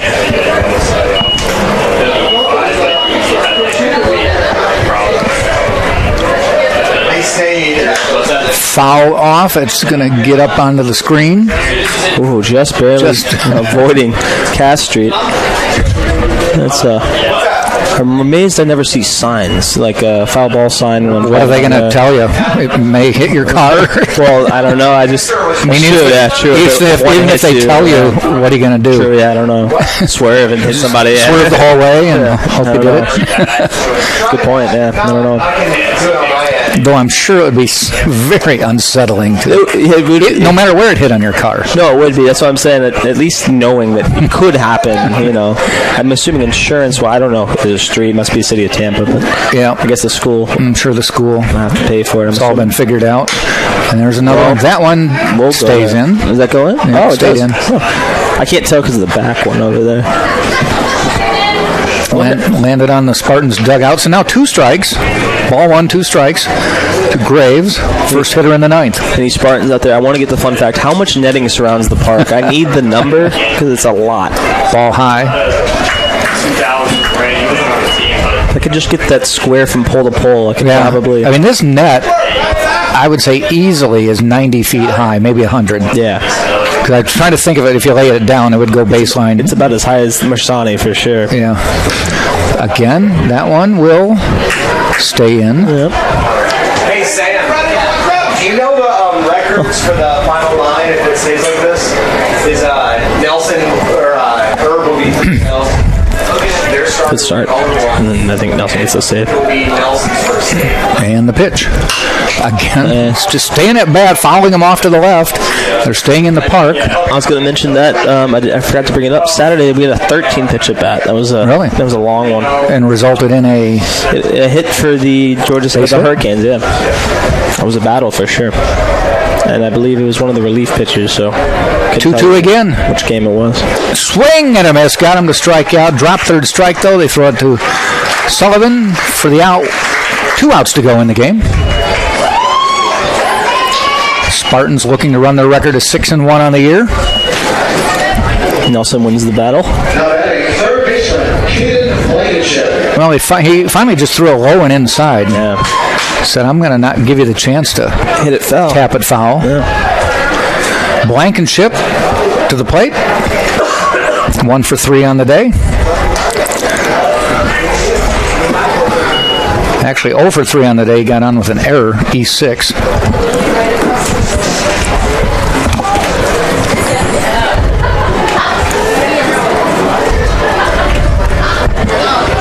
Nelson sets. Here it comes. Fouled off, this time right side. Well, great game so far. Hopefully it stands for the Spartans. They will move on to 6-1. Obviously can't thank enough Kevin Kiermaier for everything he did here tonight. Yes. Fantastic showing.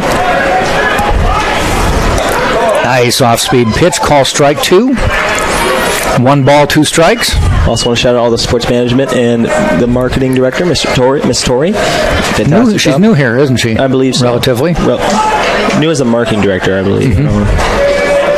I want to speak. 1-2. Slapped into right field for a base hit, so they stay alive. Fielded by Cumbo, thrown in. Tying run will walk to the plate.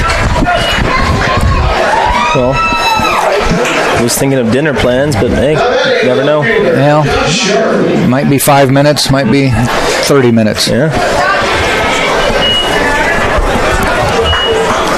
It's going to be ramen either way, Jack. Those are the dinner plans. Those are the dinner plans, yep. And not expensive one. I can make sure of that. Just decide between beef flavored or shrimp flavored. Sharp at the plate, slaps one, gets through the middle, so the inning stays alive. Things are starting to get dangerous here for the Spartans. And I tell you, he did slap that one through the middle. He just made contact and just got under the mid of Drew Earhart at third. Now we're sitting at 11 total hits between the two teams. 5 for the Pacers, 6 for the Spartans. Brings up Seuss, who's came in as a pinch hitter a couple innings ago. Sharp will be a point of emphasis for the next 2 games, as he's 3 for 4. He's the only other Pacer who has hits, or 1 for 4, I should say. So. Fairly deep in the outfield now, as they don't want anything getting to the wall because the tying run is now on first. Want everything to happen in front of them. First pitch is a ball. Runners at first and second. 1 out. 3-1 Tampa leads, top of the 9th against South Carolina Aiken.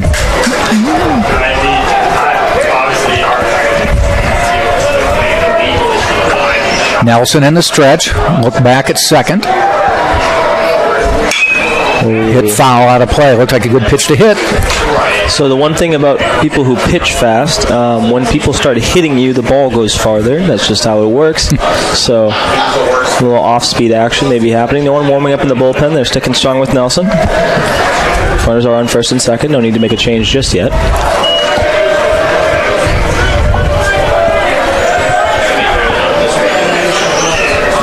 Seuss waits. Nelson. And the pitch. Swing and a miss. 1 ball, 2 strikes.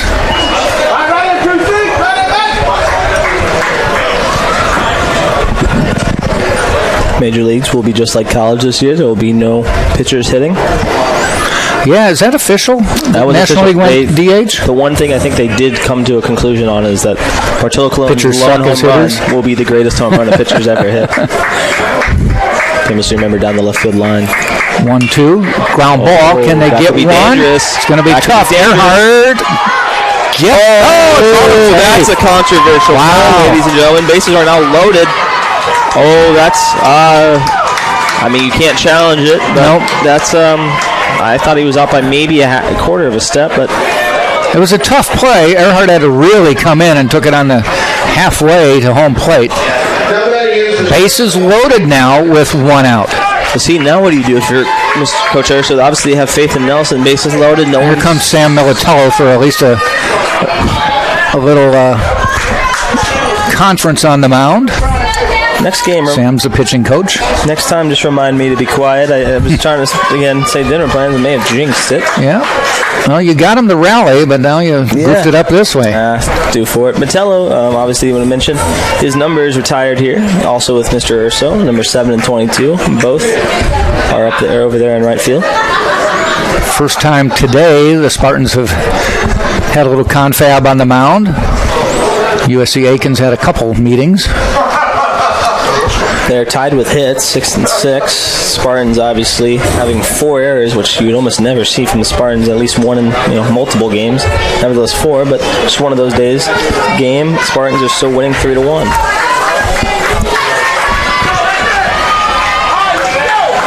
The crowd for the opposing side seeming to come alive. Spartans fans also energized. Eckerd now at the plate. The shortstop came in as a pinch hitter a few innings ago. First pitch to him is a called strike. Bases loaded, tying run, standing on second.